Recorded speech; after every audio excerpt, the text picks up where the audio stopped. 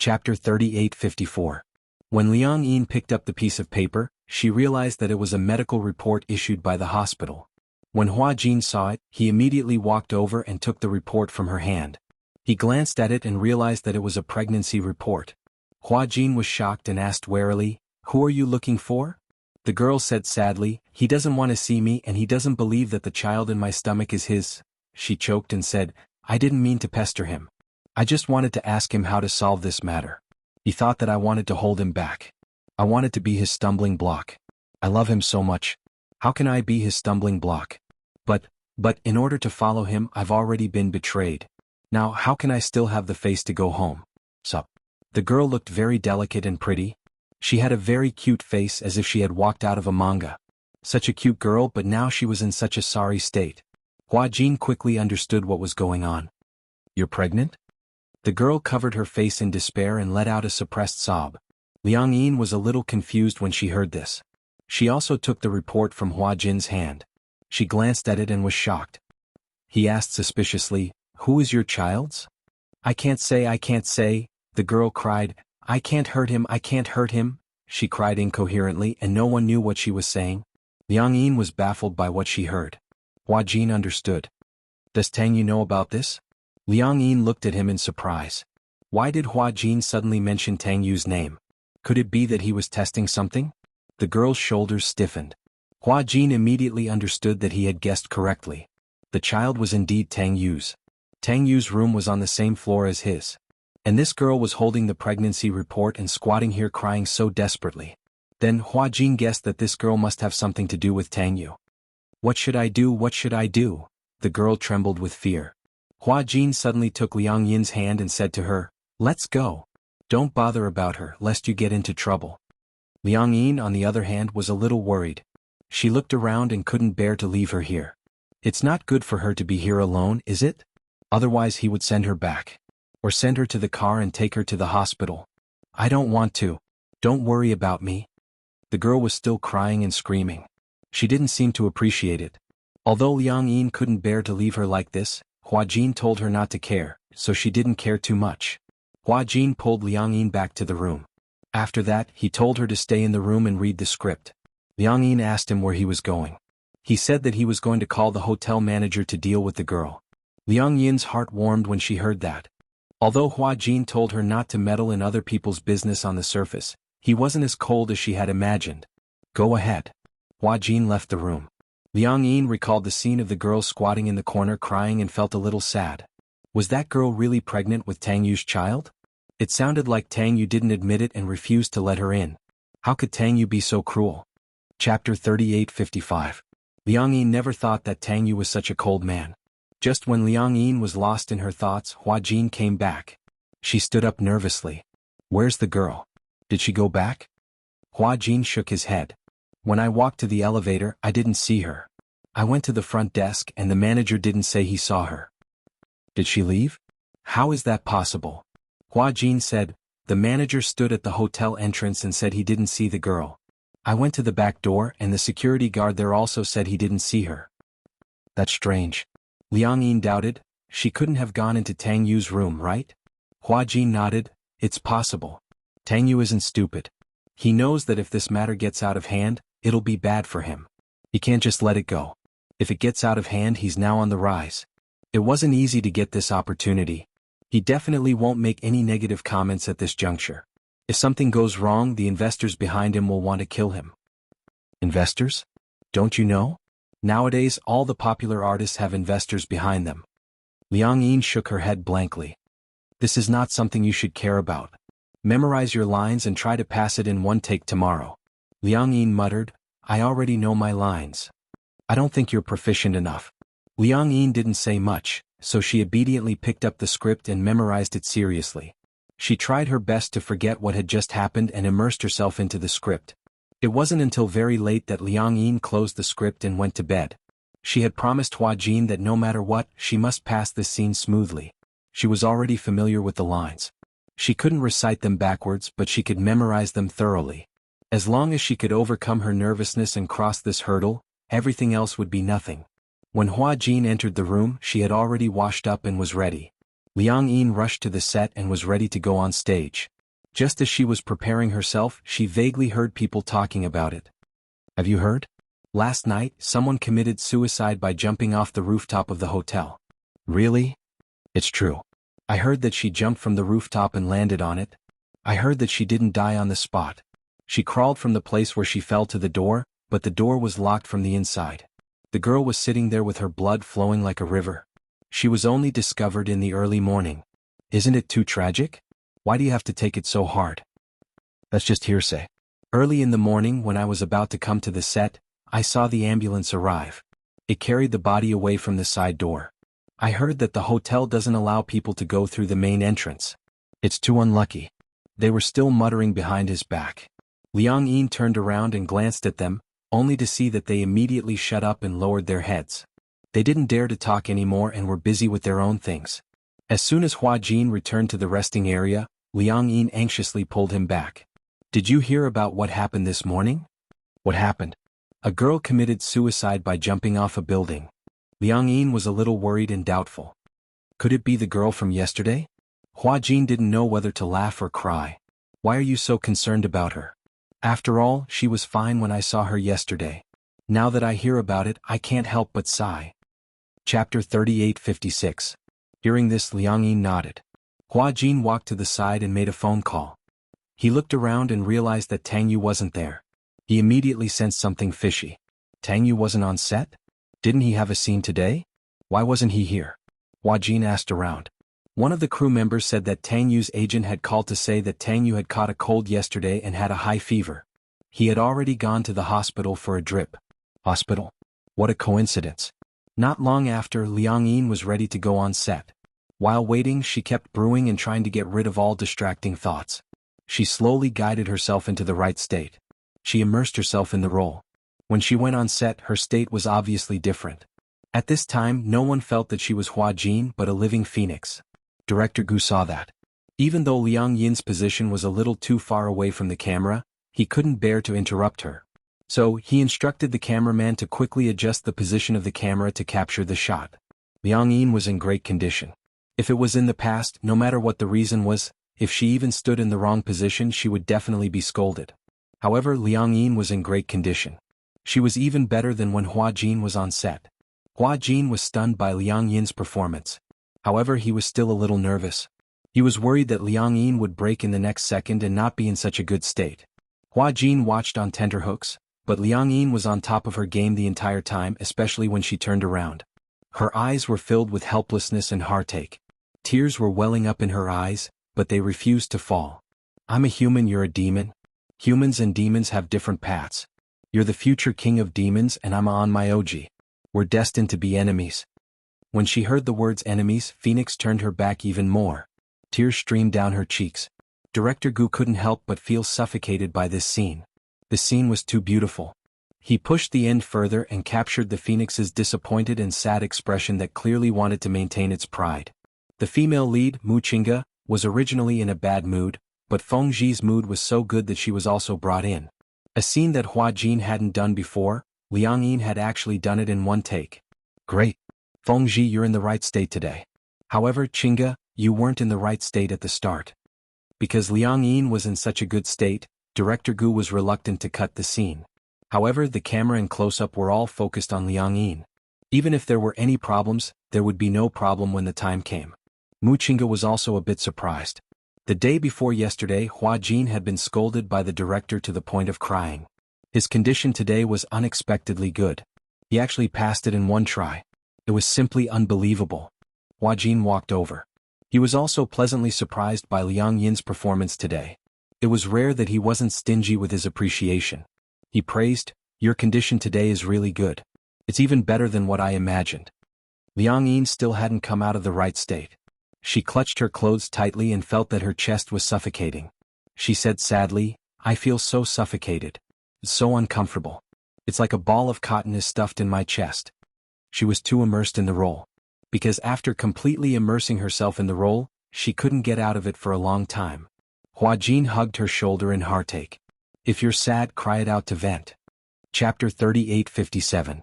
Hua Jin didn't expect Liang Yin to be so deeply immersed in her role. After crying for a long time, she finally vented all the emotions that had accumulated in her heart. Mu Qingge also walked over with red eyes and gently patted her shoulder. Hua Jin, you did a great job today.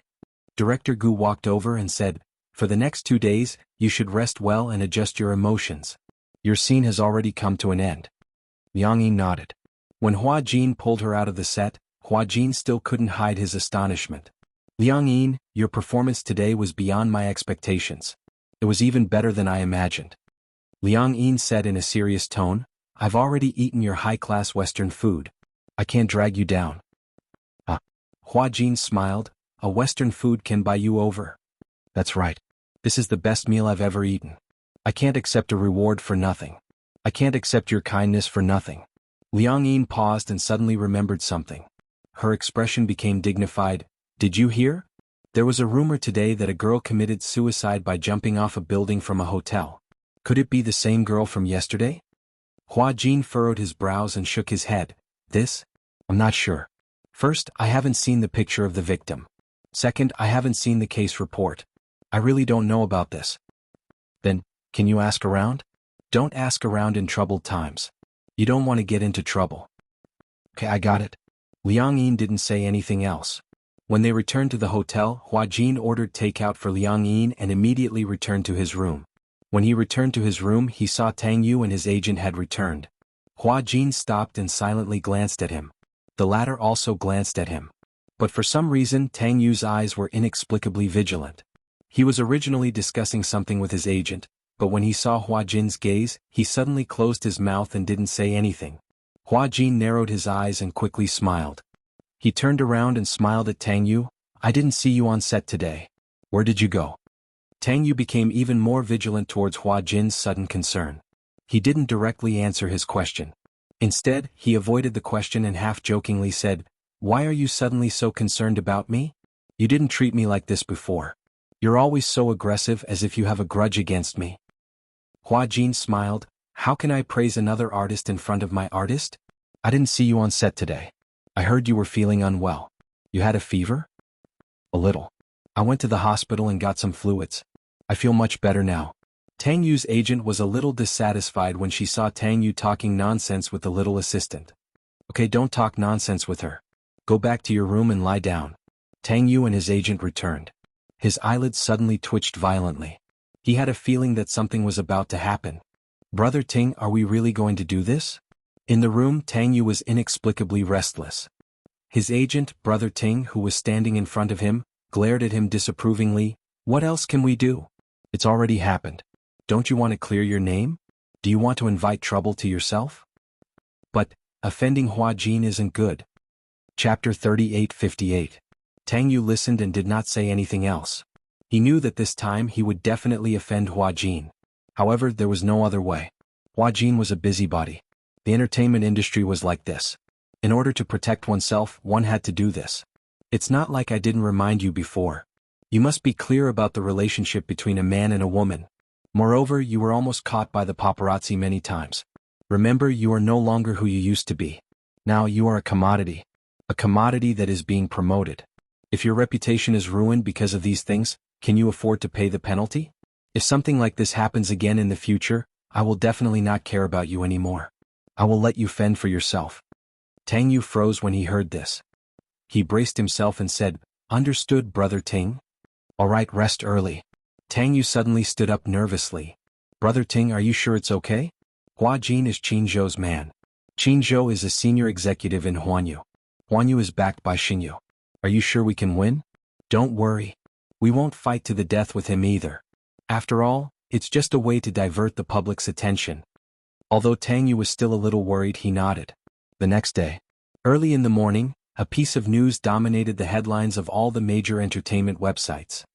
Hua Jin's underground relationship exposed?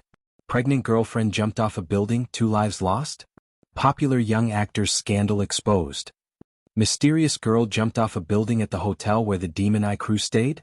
Before the incident, the victim was suspected to have negotiated with Hua Jin and had a dispute, which became the fuse. Early in the morning, this piece of news was undoubtedly a blockbuster for the entertainment industry. It set off a storm. Many media outlets pointed to Hua Jin. Hua Jin had an underground lover? Pregnant and jumped off a building? This piece of news was simply shocking. In front of the public, Hua Jin's image had always been that of an innocent idol. He was very popular and popular with the audience. With his beauty that was prettier than a woman's, he had won a huge fan base. He was one of the few high-quality idols in the entertainment industry who had both fans and audience. Everyone in the industry saw him as the next Gu Xingze. Gu Xingze was no longer around. In the entertainment industry, Gu Xingze used to be the ruler of the entertainment industry and his popularity was high. After his death, it was difficult to find a successor for the time being.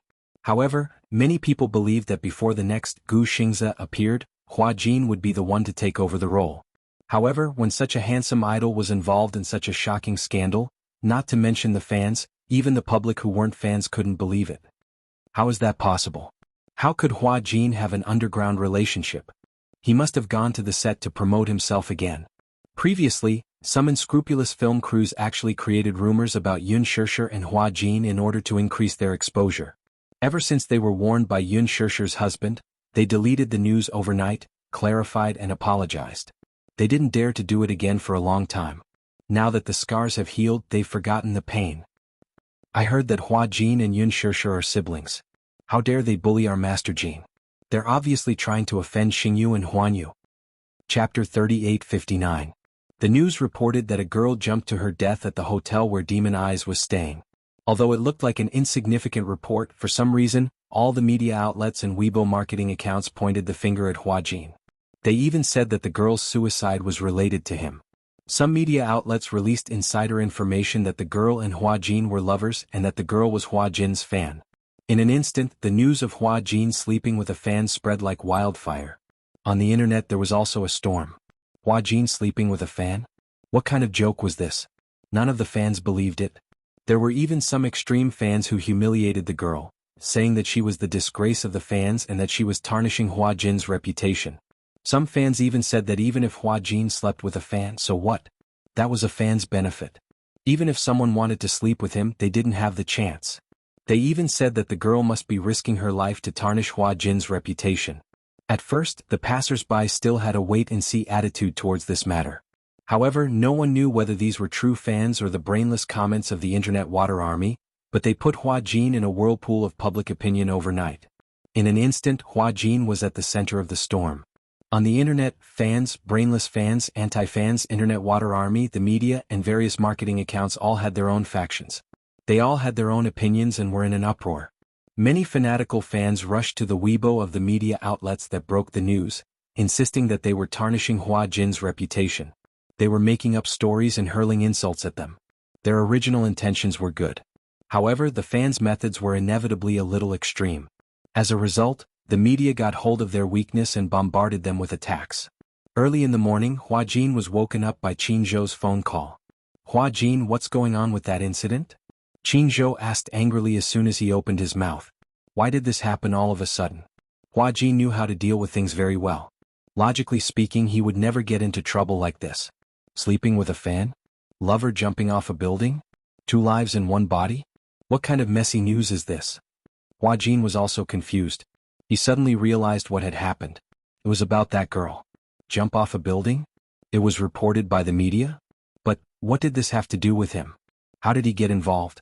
Wasn't this about Tang Yu? Could it be? Could it be that Tang Yu's team is behind this? When Qin Zhou heard this, he was a little suspicious. Is there a conflict between the two of you?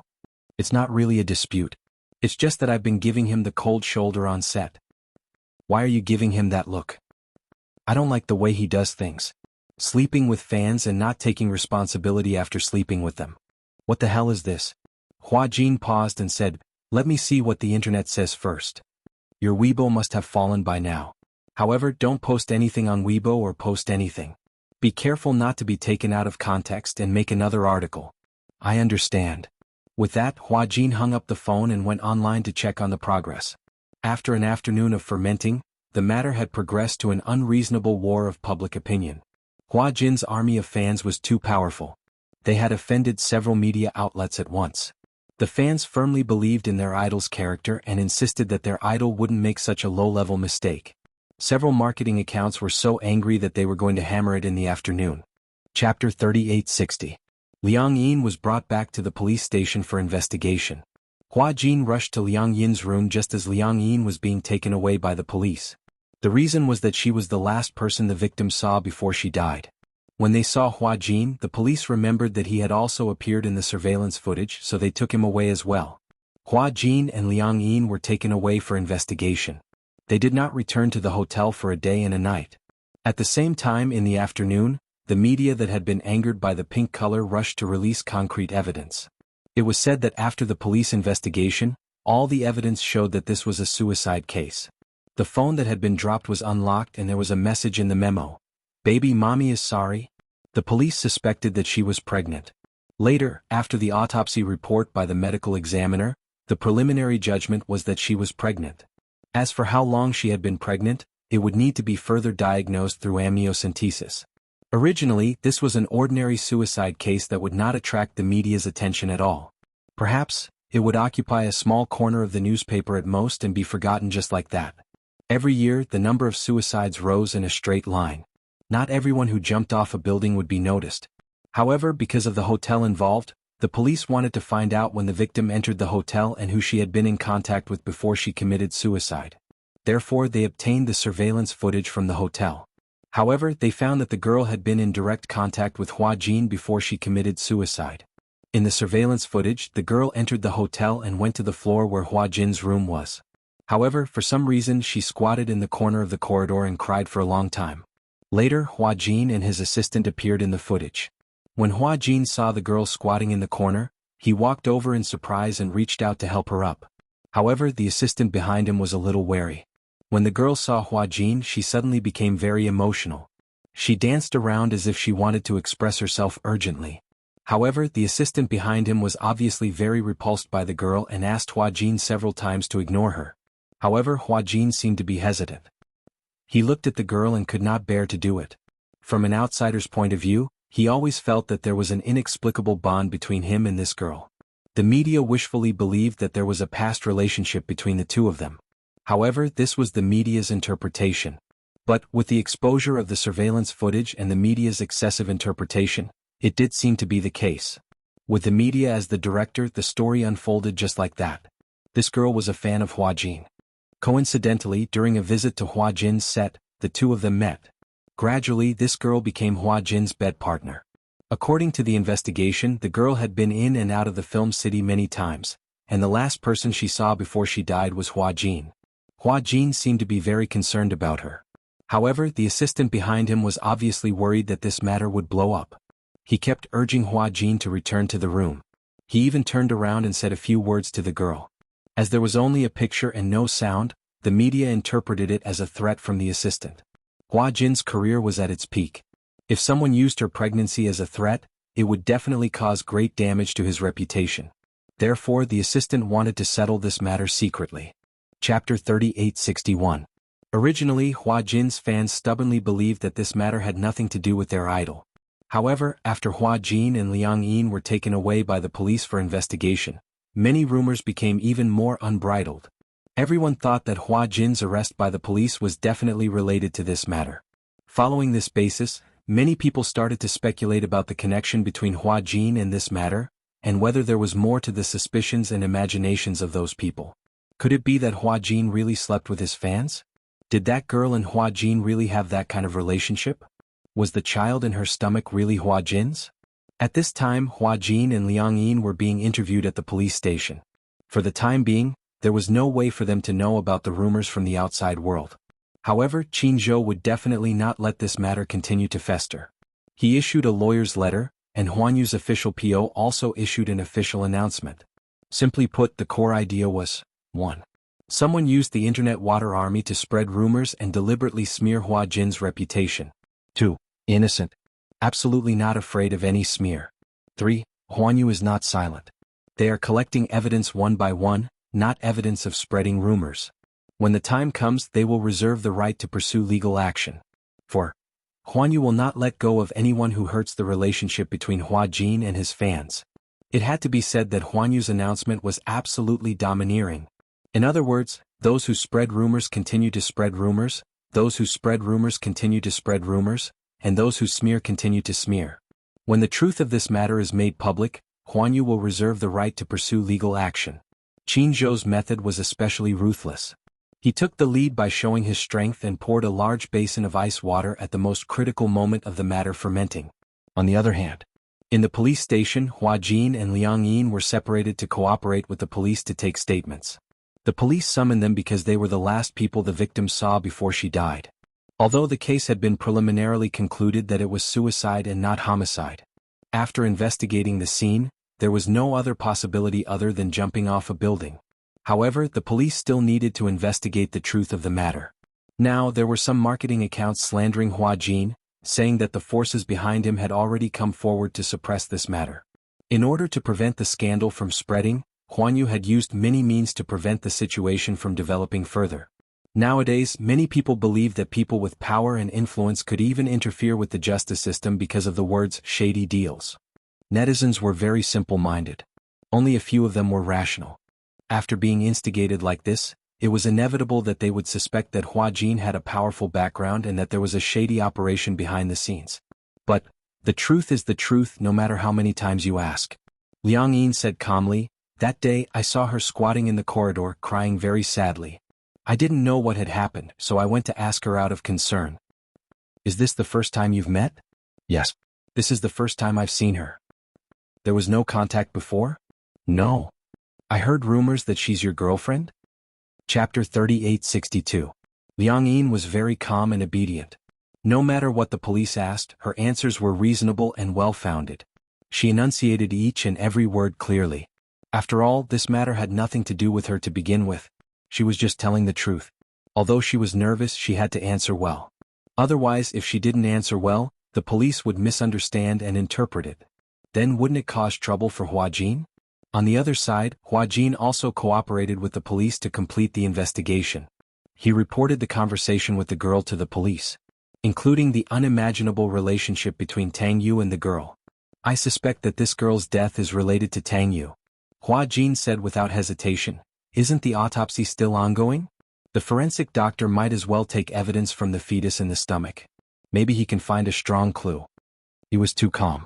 Not to mention that Qin Zhou was behind it, he had nothing to do with the responsibility of this matter. Therefore, no matter how many times he did it, Hua Jin's answer had already divided the responsibility clearly. And for some reason, some of the information from the police investigation leaked out. At first, the girl was pregnant and committed suicide. It was just a rumor. However, some of the police and forensic files were leaked out, and it confirmed the truth of the girl's pregnancy. On the other side, some people couldn't sit still. At the hotel. In the room, Tang Yu looked at his manager pacing back and forth anxiously in front of him. He said worriedly, "Brother Ting, what should we do? That woman seems to be pregnant. It can't really be my child, right?" The manager turned around and glared at him angrily. "Don't you know whether it's your child or not?" How would I know? How can I be sure that this woman isn't trying to blame me? I've only slept with her once. How would I know who the father of this child is? Of course, I won't admit it. Tang Yu had always been hoping for a fluke. This girl wasn't pregnant at all. Back then he received a call from this girl. On the phone, the girl stammered that she was pregnant and asked him what to do. Tang Yu didn't even have a deep impression of who she was or what she looked like. He questioned who she was and what her purpose was. When the girl saw that he had turned his back on her, her heart was broken. In fact, this girl named Su Ning was one of Tang Yu's loyal fans. In order to chase after her idol, she didn't hesitate to betray her family. She quit school and went to Film City to visit her. She didn't expect that under a freak combination of circumstances, she would accidentally bump into Tang Yu and was brought back to the hotel by Tang Yu. It was a night of passion. She didn't expect such a thing to happen between her and Tang Yu. But that night Tang Yu was drunk. When he woke up and found her lying beside him, he instantly realized the seriousness of the matter. He brought a strange woman back to the hotel. Fortunately, he was not caught by the reporters at the time. In addition, he wasn't famous at the moment. Therefore, he negotiated with this girl. The purpose of the negotiation was to prevent this night and this girl from becoming a stumbling block for him after he became famous. The girl felt a chill in her heart. She did not raise any conditions. She only said, "After today, I will never appear before you again." Tang Yu was a little surprised. He didn't expect that this girl didn't mention any conditions. Chapter 3863. Su Ning didn't expect that she would spend a night with the Prince Charming in her heart. However, she didn't expect that Tang Yu, who was originally high and mighty in her heart, would have such a frivolous side. For such a man, she didn't hesitate to fall out with her family and be betrayed by her family.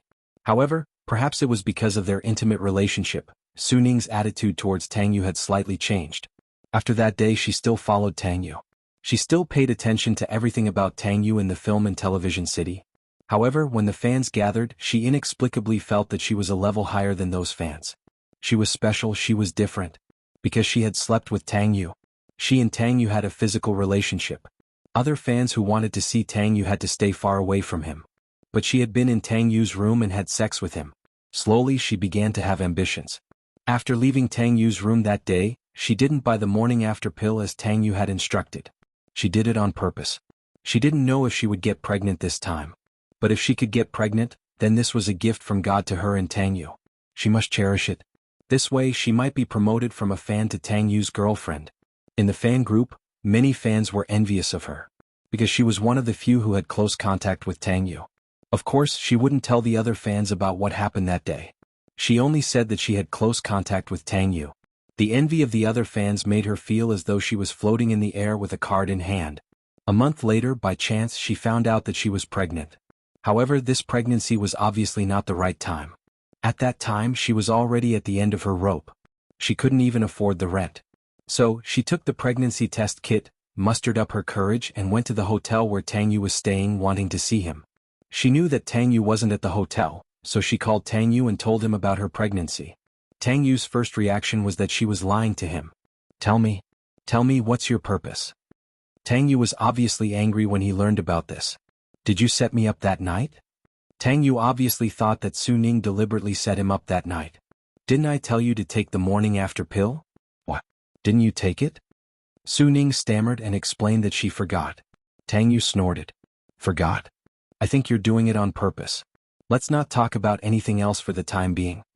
First of all, I have to suspect whether you're really pregnant or not. We've only done it once, how could it be so coincidental? Furthermore, how can I be sure that even if you're really pregnant, the child in your stomach is mine? Tang Yu obviously didn't believe it. It was just once. How could she get pregnant so coincidentally? Su Ning was at a loss for words. She could only say that she was really panicking at that time and really forgot about this matter. Both Tang Yu and Tang Yu was Ning Tang Yu. Su Ning Tang Yu Yu. Tang Yu refused to admit it. He even warned him again and again. If you dare to mess around, I swear I'll teach you a lesson. Chapter 38-64. Now the little life in her belly was growing up with hope. Su Ning knew in her heart that she deliberately didn't take birth control pills because she was pregnant. She thought that if she was lucky enough to get pregnant, at least she could use the child to ask for an explanation from Tang Yu. However, she was wrong. In her mind, Tang Yu should be a very responsible Prince Charming, just like how he usually was in front of his fans. He was gentle, responsible, and knew how to take care of people. He even made it clear that he liked children very much. If there was a chance in the future, he must have 3 children, preferably girls. He liked little princesses the most. This was selling his character. All the male stars knew this well. A handsome man who loved children, spoiled his wife, and spoiled his children was undoubtedly the fantasy object of many women. But Su Ning obviously confused fantasy with reality. Now, Tang Yu had accepted the show and was counting on this show to make his presence known and increase his popularity. When the series was broadcast, the team even thought about how to tie up Hua Jin, tie up the crew and carry out a series of hype. With Tang Yu's appearance and some of his recent connections, even if he couldn't be as popular as Hua Jin in the future, he would definitely become a popular young star. In such a rising period for a fan who had a one-night stand and a child who hadn't formed yet, was he really going to give up such a good future? Was it possible? What a joke. Responsibility? Responsibility? That was just the fans' wishful thinking. Su Ning couldn't take the blow and jumped off a building. This was also unexpected to Tang Yu. But the problem was Su Ning really pregnant with his flesh and blood? Of course, Tang Yu didn't feel sorry for the child. But if the final autopsy report came out and the child was genetically identified as his flesh and blood, then with this evidence he couldn't wash it clean. Evidence always doesn't lie. Tang Yu had a headache. Originally he was hoping to frame this matter on Hua Jin. However, he had obviously overlooked this point. About the child, he always suspected that Su Ning lied to him and had other intentions. But, Brother Ting, what should we do? Tang Yu was anxious. Do you think the forensic doctor can find out who the child's biological father is through the autopsy? Generally speaking, DNA samples collected from a corpse's uterus should be sent to the database for analysis and comparison. If it's really your child, we can find out. Tang Yu's face turned pale. So, I want to ask you, is this child really yours? Tang Yu shook his head blankly. I don't know. I really don't know. I thought she was lying to me. Back then, I only had one night with her. How could it be that she's with another man? I don't know. Things suddenly became troublesome. I originally wanted to divert attention, but I didn't expect that B*TCH to actually have a child in her stomach. Chapter 3865. Now this is the only way. Anyway, let's suppress this matter first. Tang Yu paused and sighed. I didn't expect it to turn out like this. I didn't expect that Su Ning would jump off a building. The manager said angrily, be more careful in the future. After all, you're a public figure and your fame is slowly rising. In the future, there will be more and more leopard feet mosquitoes waiting for you. You have to figure out your private life and don't get involved with those messy people. Then he added, remember, you're a commodity now. Don't always think about your past self. If you lose your resources because of this again, be careful that the higher-ups don't ban you. Tang Yu said with a guilty conscience. Understood. At the police station. Hua Jin and Liang Yin finished their statements and walked out of the police station. Qin Zhou was already waiting outside. Hua Jin saw Qin Zhou and walked over with a gloomy expression. He cursed angrily, these policemen are too annoying. They asked the same question more than 10 times. More than 10 times. I'm going crazy from answering. Are they treating me like a criminal suspect? Qin Zhou comforted him. All right, since the interrogation is over, leave quickly. They're not treating you as a criminal suspect. Your witnesses, the last two people who saw Su Ning. So they'll definitely focus on collecting your testimony. In order to make sure your testimony is valid, they'll ask several times and verify it.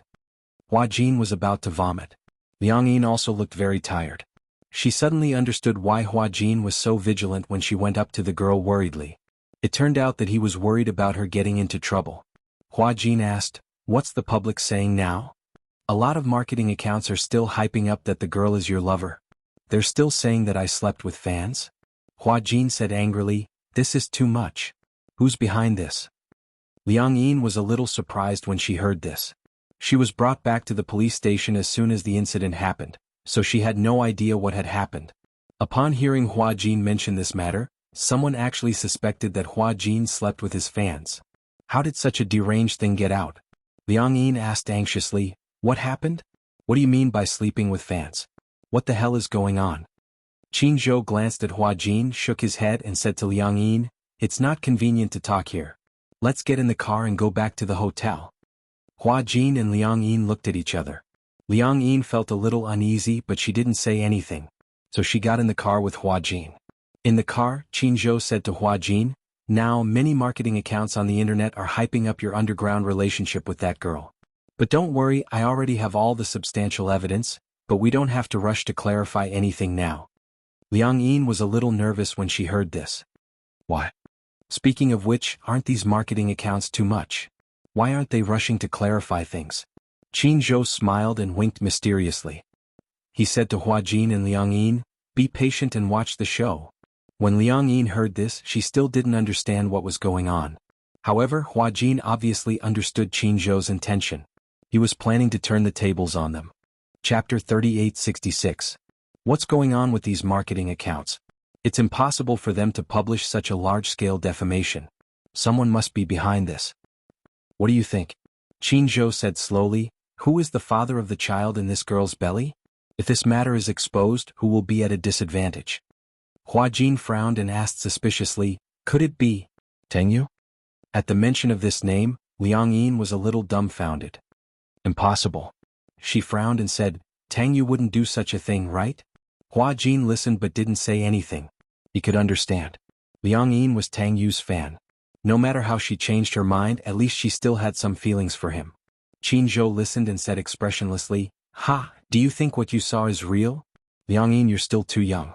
As long as you see it on TV, whether it's a reality show or an interview, all the created characters have a script. Liang Yin was startled and hesitated. She quickly explained, I'm not defending Tang Yu or anything. Don't misunderstand. Tang Yu wouldn't do such a shady thing, right? Qin Zhou said calmly, it's normal in the entertainment industry to do anything for your own benefit. Hua Jin didn't say anything. He had already guessed who the mastermind behind this was. Although he had a guess, he didn't dare to confirm it. But since Qin Zhou said so, it had to be true. Qin Zhou said to Hua Jin, for the next 2 days I'll cancel all of your events and suspend all interviews with the media. The production team won't be filming for the time being and will just stay in the hotel. We'll see how they perform then. After a pause he said slowly, I'm quite curious. If we don't do anything, how will they react? Liang Yin and Hua Jin listened and didn't say anything. After returning to the hotel, Hua Jin and Liang Yin returned to their respective rooms. But after returning to her room, Liang Yin thought about it carefully. She felt that if she had listened to Hua Jin and not meddled in other people's business, maybe this wouldn't have happened. Tang Yu. Was it really Tang Yu? She didn't expect the Prince Charming in her heart to have such a dirty side. Did Tang Yu really use the internet water army to stir up public opinion to defame Hua Jin? How could he do that? It's too much. If that was the case, Liang Yin couldn't forgive herself. Feeling a little restless, she stood up and walked to the man's room. Standing at the door, she gently knocked on it. After a while, Hua Jin walked over to open the door. He was surprised to see her standing outside the door. What's wrong? Hua Jin, is it convenient for me to come in and talk? Hua Jin hummed in acknowledgement and stepped aside. Liang Yin went in and closed the door. Hua Jin calmly walked to the sofa, sat down and looked at her. Tell me what's the matter? Liang Yin asked cautiously, this time, did I get into big trouble? I should have listened to you. At that time I saw that girl squatting in the corner. I shouldn't have gone forward. Hua Jin didn't understand her intention at first. But when he knew it was because of this, he couldn't help but smile. So it's because of this? Chapter 3867. Although Qin Zhou definitely had the ability to settle it, she still felt very guilty about this matter. Hua Jin said, maybe this isn't necessarily a bad thing. Tang Yu's ambition is so big. Since he dared to do such a thing, he must be willing to accept the consequences. Bickering with Huan Yu, he must have a death wish. He paused and said, but you can't blame him. Artists don't have much autonomy at all. Moreover, to a company, an artist is a company's product. Goods. Yes, they have no dignity.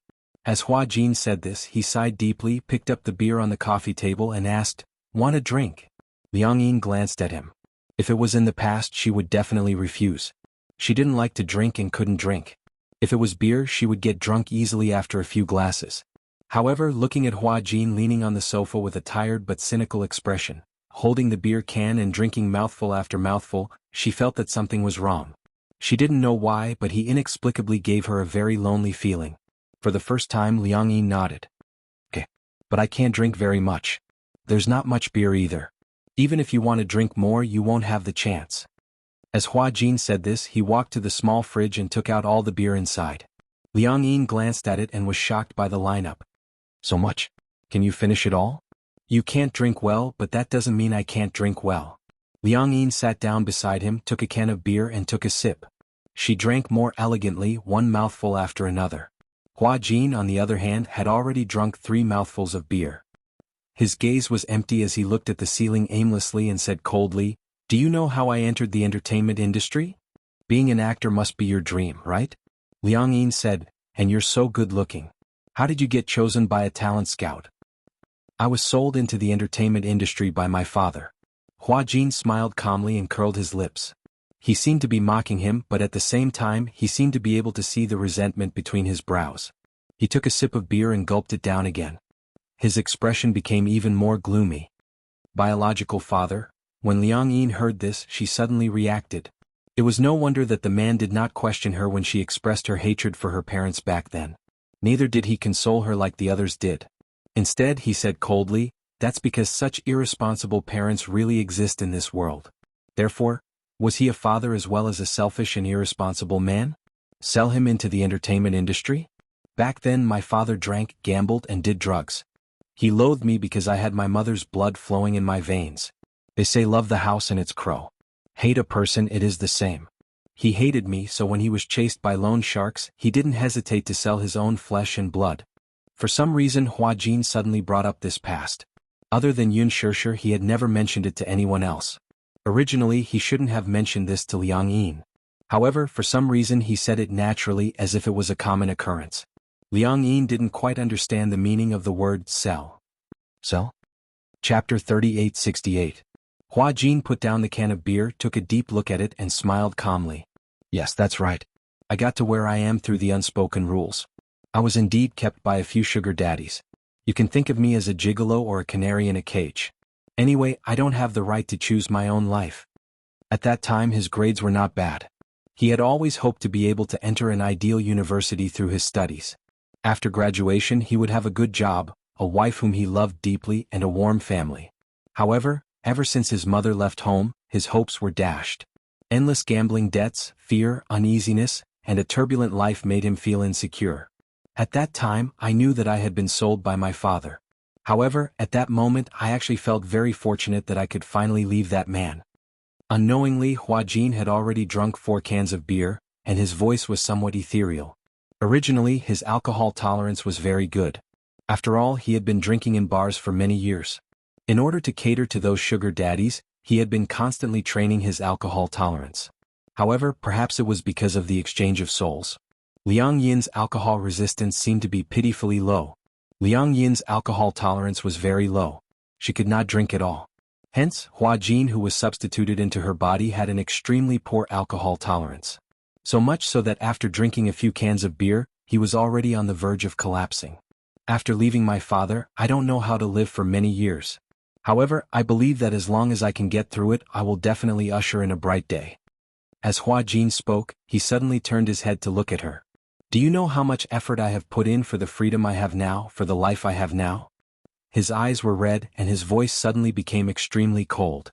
No matter who it is, I will not allow him to destroy all my efforts.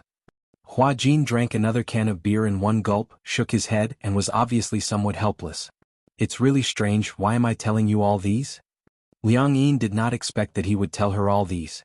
She actually felt a little warm in her heart. Did this mean that he treated her as a close friend?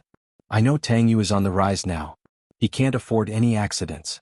If this matter is exposed to the public that the girl is pregnant with his flesh and blood, perhaps without good PR, his reputation will be ruined. So, he wants to sacrifice me, use me and step on my reputation to climb up. Don't believe the superstar's superficial impressions. Hua Jin said in a self-deprecating manner, just like how my character is set to be a young man in ancient costumes. So, I always have to dress up in front of my fans and act courteous like a delicate and pretty boy. I've had enough of this role-playing. Every day he had to follow the script. Even when he was asleep, he couldn't forget his character setting. When I earn enough money or when I have someone I like, I will choose to retire. Quit the entertainment industry, get married, have children. No matter what I do in the future, I will definitely not be an actress. Chapter 3869. Liang Yin was prone to getting drunk, but for some reason even after drinking 2 cans of beer, she didn't feel tipsy at all. On the other hand, Hua Jin, who had too much to drink, started to ramble on. Perhaps it was because he was drunk, but his speech was incoherent and incoherent. However, Liang Yin listened attentively. From his childhood to when he entered the entertainment industry, his emotions were always rambling on and on without rhyme or reason.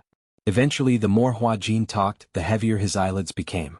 Slowly, he fell asleep leaning on Liang Yin's shoulder. Liang Yin leaned on the sofa and Hua Jin leaned on her shoulder. The heaviness on one side of her shoulder made her feel strangely calm. She didn't dare to move for fear that she would wake Hua Jin up. Hence, she maintained this position until she felt sleepy and closed her eyes. Dawn early in the morning. Hua Jin was woken up by the cold. Even though the heater was turned on in the room, when dawn came, the weather was even colder. He was wearing thin clothes and had sobered up. He opened his eyes and looked out of the window.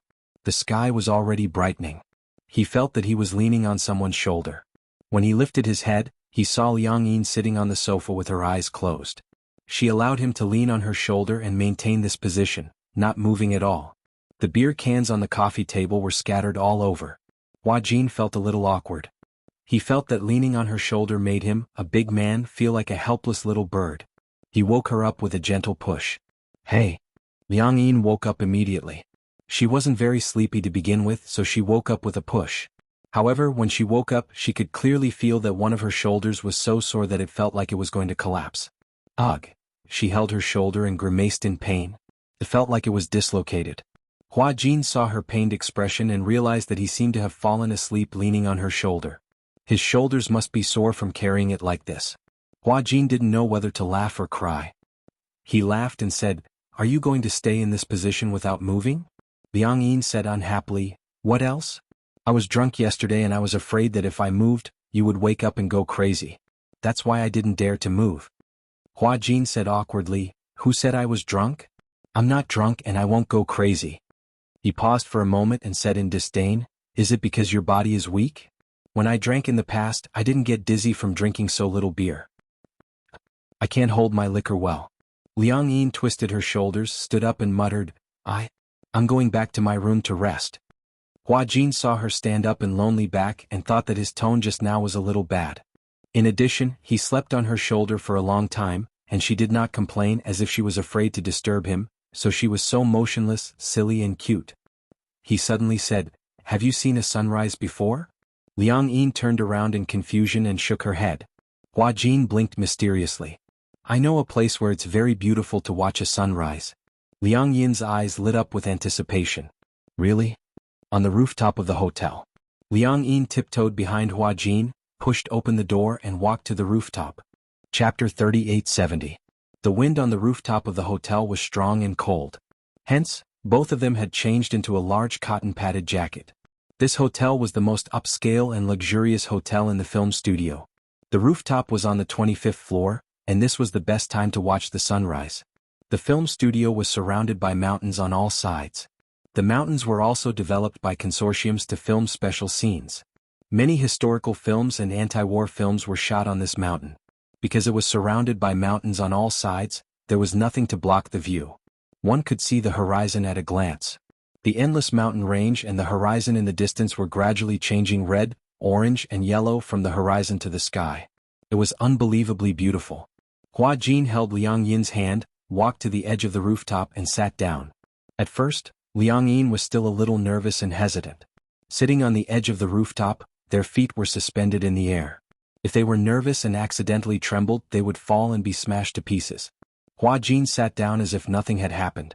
Liang Yin, however, stood to one side a little scared, not daring to sit down. Hua Jin lifted his head and looked at her, a little puzzled. "Aren't you going to sit?" Liang Yin was trembling. "Must we sit in such a scary place to watch the sunrise? If we fall, it'll be over." "It won't happen. Just don't move. What's the difference between sitting here and sitting on the sofa? If you think it's scary, it's just a psychological effect." She didn't know why, but his words seemed to have woken her up. Yes, what was the difference between sitting here and sitting on the sofa? It was just that below the sofa was flat ground while below the rooftop was the sky.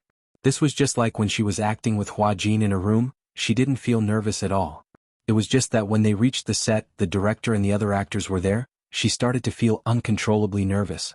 It was just because of her psychological perception. Liang Yin deliberately didn't look at the sky below and carefully sat down beside Hua Jin. Even though she kept telling herself that there was nothing to be afraid of and that as long as she didn't move, she wouldn't fall. However, he was still a little nervous. Hua Jin pointed at the distant horizon. "Do you see that?" Her attention was quickly diverted. "I saw it. Sitting here to watch the sunrise is the best spot." Hua Jin took a deep breath of the fresh dawn air. The air was a little damp, accompanied by the cool dew frost. He said indifferently, "Do you know? In the past, I remember when I was in my teens, I acted for the first time. As an actor, I was bullied badly in the crew. At that time, I was still young and lived in the crevices every day. I felt so oppressed, so I thought that since living was so tiring, I might as well end my life." Liang Yin was slightly surprised. He didn't look like the kind of person who would be depressed. Why, how could he have such a dark past? Hua Jin raised his eyebrows and seemed to have guessed what she was thinking. "Do you find it unbelievable?" "I never thought that I would be so weak." Chapter 3871. Hua Jin shook his head in confusion. "I don't know. I just feel that there's no joy in life. At that time, other than filming, I was lying in the hotel and eating very little. I kept thinking about where people come from and where they're going. What's the point of living in this world?" His question stumped Liang Yin. Indeed, what was the point of living? She couldn't understand it either. That day when I walked here, it was as if I was jumping off the rooftop. However, when I sat on the edge of the rooftop, it happened to be sunrise. I don't know why, but I just watched the sunrise quietly. The strange thing was that it was clearly very cold that day, just like today, but as I watched the sun rise bit by bit, the bright rays of dawn seemed to sweep away all the haze in my heart. As Hua Jin spoke, his lips curled up. It's amazing. At that time, I actually thought that it was great to be alive and to be able to see such a beautiful scene. If I were to die, I definitely wouldn't be able to see it. As long as I live, there will be miracles. If I were to die, perhaps I wouldn't be able to see anything. Unknowingly on the horizon, a fire plate slowly rose up. The horizon was dyed even brighter. At that moment, the clouds on the horizon seemed to have been set on fire, filling up the sky. It was so beautiful that it was suffocating. Liang Yin was deeply awed by the scene before her eyes. It was too beautiful. It was unbelievably beautiful. No wonder Hua Jin said that when he saw such a beautiful scene, he actually felt that life was beautiful. There were too many beautiful things in the world, just like this enchanting scenery. Hua Jin said, I hope that one day I don't have to act anymore. I don't have to be an actor. I have a family and a woman I love deeply. Then we can go to Wineglass Bay in Tasmania, Australia, to see the sinister castle of Chittergach, to the Blue Hole on Zakynthos Island in Greece, to the Ice Canyon in Greenland. But before that, I must work hard to act and earn a lot of money. Liang Yin said emotionally, what a beautiful dream. Right? Hua Jin glanced at her. In his charming eyes, there seemed to be a little bit of stars. When he looked at her, she actually became nervous. Her heart was pounding and she didn't know where to put her hands. Hua Jin obviously didn't notice her nervous expression and said, it's better than guarding this empty skyscraper. Living in the city was depressing. Actually, there are many beautiful places in this world. It's just that we can't imagine them. Liang Yin looked at Hua Jin's breathtakingly beautiful side profile and suddenly felt a little envious. It was not Hua Jin who was envious. Instead, she was the girl who would accompany Hua Jin to see the beautiful scenery of the world in the future. How lucky. I also want to travel around the world. Liang Yin said, if I had money I would go to the seaside. The sea must be very beautiful, but I haven't seen the real sea yet. I'll take you there when the filming is over. When Liang Yin heard this, she felt inexplicably excited. Really? You promised me. You can't go back on your words. Of course. Anyway, after the filming is over, I was planning to go to Bali for a vacation. Bali? What? Chapter 3872. Liang Yin sighed. Suddenly she realized something and probed, but if we can't get over it for the rest of our lives, what about your dream? Hua Jin's face fell. Can you not say such depressing things? Liang Yin was speechless. She held back her laughter and pretended to be serious as she said, when the time comes, I can only be the girl by your side and accompany you to travel around the world. How's that? You won't lose out anyway. Liang Yin nudged his arm gently and bargained, if you can't get over it, I'll act for you and earn money for you. Then we'll travel around the world together. How's that? Hua Jin glanced at her in disdain. It's impossible that we can't get it back. Liang Yin asked indignantly, what if? Hua Jin closed his eyes in pain. I choose to die. What? Liang Yin was scared out of her wits. She didn't know if he was serious or not. Hua Jin asked her seriously, what do you think will happen to us if we can't get it back? What will happen? I'm a guy but my body is a girl's. If I meet a girl I like in the future, what should I do? That's right. Don't tell me I have to turn her gay and make her like girls instead of guys? Liang Yin laughed out loud. If you successfully turn her gay, she'll get it back at this time. Ah. Hua Jin's face turned pale. This girl could still laugh. Liang Yin held back her laughter and suggested seriously, since you're a girl now, why don't you change your sexual orientation? You can try liking guys. Who knows, maybe you're bisexual. Liking guys.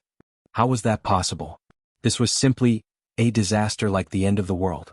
For some reason, Gong Jie's face suddenly appeared in Hua Jin's mind. Just the thought of Gong Jie made him shudder inexplicably. Then he thought of him having sex with Gong Jie naked and being pinned down by Gong Jie. He felt disgusted. I don't want to. Hua Jin said unhappily, it's so humiliating to be pinned down by a guy. Actually, being a girl is pretty good. You're just not used to it yet. Hua Jin retorted, then, are you willing to fall in love with a girl? Liang Yin nodded. Of course I'm willing to. All of a sudden, Hua Jin leaned closer to her wickedly and breathed out meaningfully. Since you've said so, I'll go find a man tomorrow and give it a try, alright? Let's see if I'm a hidden bisexual. Do I like guys? Liang Yin's of it. She immediately protested, no. Why not? Hua Jin pretended to be serious. Didn't you say to let me try? Who knows, maybe I'll really like dating guys. You, Liang Yin immediately changed her words. It's not certain if you can change back. What if you change back? Then break up with that guy. Hua Jin replied nonchalantly. Who knows, maybe I've really fallen in love with men just like what you said. What about you? Maybe you'll fall for girls too. Chapter 3873. Oh, I see. Seeing that Hua Jin was smiling evilly, Liang Yin pretended to compromise and said, all right, go and find a man then. I'd like to experience what it's like to be a man. When Hua Jin heard this, he was dumbfounded. Huh? What? Liang Yin smiled mysteriously. It's the feeling of tightness when you're with a woman. Hua Jin's brain almost couldn't wrap around it. When he realized what Liang Yin meant by tightness, the corners of his lips twitched. Io, you're so dirty. Anyway, if you dare to find a man, I'll sleep with your fans. Hua Jin said unhappily, do you know what it's like to sleep with a woman? Isn't it the same thing? Just follow your instincts. Hua Jin suddenly moved closer to her. His beautiful face was just inches away from hers. His gaze fell on her face. Between his red lips, his breath smelled like orchids. You look like you can't wait. Why don't we give it a try? His words were so flirtatious, and the breath from his red lips instantly burned her face red. She didn't know why, but even though Hua Jin was a woman, she still couldn't resist the pheromones from his body. Even though they were of different genders, Liang Yin's heart was beating like thunder. When Hua Jin saw that she was blushing, he was a little surprised. Why is your face so red? Liang Yin pushed him instinctively. Hua Jin immediately grabbed the railing tightly and said gloomily, hey, be careful. What if you accidentally push me down? Seeing that he was still sitting steadily, Liang Yin said unhappily, didn't you say that sitting here is no different from sitting on the sofa? What's important is the mentality. Have you ever seen someone being pushed from the sofa to the ground? Hua Jin was speechless. He had nothing to say. You've trained your mouth well. Hua Jin couldn't help but smile as he turned to look at the horizon. As the sun gradually rose, it drove away some of the cold. Liang Yin silently looked at the horizon and gently sucked in a cold breath. She suddenly asked, can we only stay in the hotel for the next few days? Just treat it as a holiday. What is Qingzhou thinking? I think he must be trying to beat us at our own game. These days, he must be trying to dig out the mastermind behind those marketing accounts. When he has the evidence, he'll catch Tang Yu and the others in one fell swoop. It's so complicated. I thought being a celebrity was easy. Who would have thought there's so much scheming involved? Hua Jin disagreed. What do you think? No matter what profession it is, there's no lack of scheming. With that, he stood up and jumped off the rooftop. He turned around and extended his hand to Liang Yin. Come on. Let's go back to the room and rest. Liang Yin nodded. She put her hand in his palm and stood up carefully. Be careful. The wind was a little strong. Liang Yin held his hand and walked down from the rooftop. Just as she was about to step in, she accidentally twisted her heel. Hua Jin clearly felt that her body was slightly swaying and immediately pulled her towards him. Little did he know that Liang Yin, who was 1.8 meters tall, suddenly fell onto him due to the huge inertia. Chapter 3874. Ugh. Both of them let out a muffled groan. Liang Yin propped herself up with her palms on the ground. However, she could clearly feel some inexplicable changes in her body. Of course, Hua Jin felt it too. It was as if something strange was pushing against him. He didn't realize it at first and muttered in a daze, "What's that? Do you have a key on you?" Liang Yin also found it strange. "What do you mean? You're pushing against me?" Before he could finish his sentence, Hua Jin suddenly realized what was pushing against him. He immediately shut up and glanced awkwardly at Liang Yin's lower body. Liang Yin followed his gaze and glanced at it. The two of them immediately separated awkwardly. Hua Jin said in disdain, "Hey, what are you thinking about?" "What? How would I know what's going on?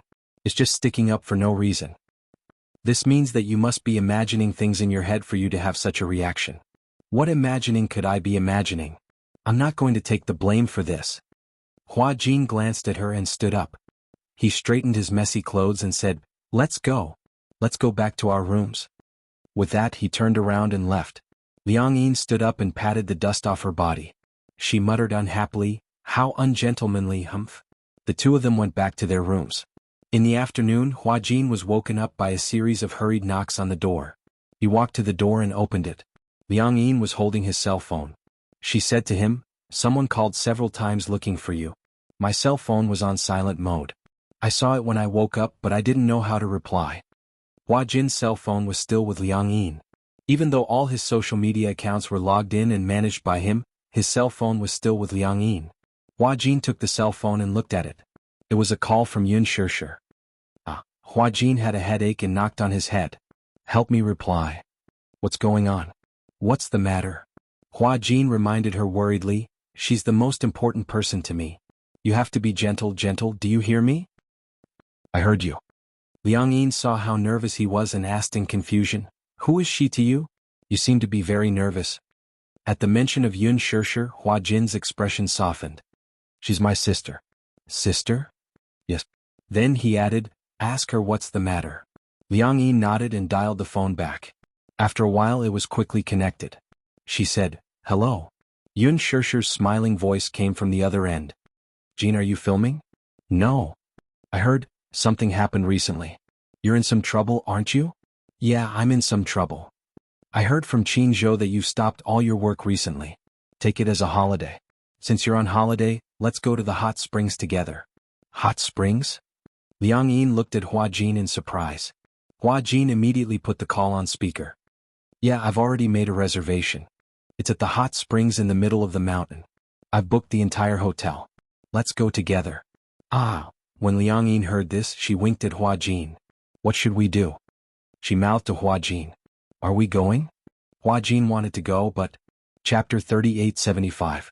While Hua Jin was still hesitating, Yun Shishir said, it's settled then. You're not allowed to stand me up. We haven't gotten together in a long time. You've been busy filming and haven't heard from us for a long time. Yun Shishir didn't allow any explanation and made her decision. Before Liang Yin could say anything, Yun Shishir had already made up her mind. Hua Jin quickly pointed at himself and mouthed, bring me along, bring me along. Liang Yin looked at him for a long time and finally understood what he was trying to say. He didn't speak for a long time. On the other end, Yun Shishir was a little puzzled. Hua Jin, why aren't you saying anything? Liang Yin quickly said, it's like this. Can I bring an assistant? Sure. Male or female? Female. All right then. If she doesn't mind, she can share a room with me. Liang Yin was a little stunned. Share a room with Yun Shishir? Hua Jin? While she was still hesitating, Yun Shishir said apologetically, because the room was already booked in advance. So there's no room left. Otherwise, she wouldn't mind sharing a bed with me. When Hua Jin heard this, he immediately waved his hand. He didn't mind. Haha, why would he mind sharing a bed with Yun Shishir? When the call ended, Hua Jin still had a happy expression on his face. Liang Yin glanced at him and commented, you're smiling so strangely now. Who's Yun Shishir? My sister. Your biological sister? Of course. I think it's better if you don't share a room. Hua Jin retorted self-righteously, what else can I do? Do you want me to share a room with a man? What if I'm pounced on and eaten alive by someone who's plotting something against me? This is your body. I'm protecting you. Wow, that sounded so dignified. Then I really have to thank you. Hua Jin snorted proudly, but in his heart he was very excited. Originally, he didn't really like hot springs, but if he could share a room with Yun Shishir, he suddenly had a lot of expectations for the trip to the hot springs. Of course, he had absolutely no improper thoughts about Yun Shishir. However, it was still better than sharing a room with Muyaja.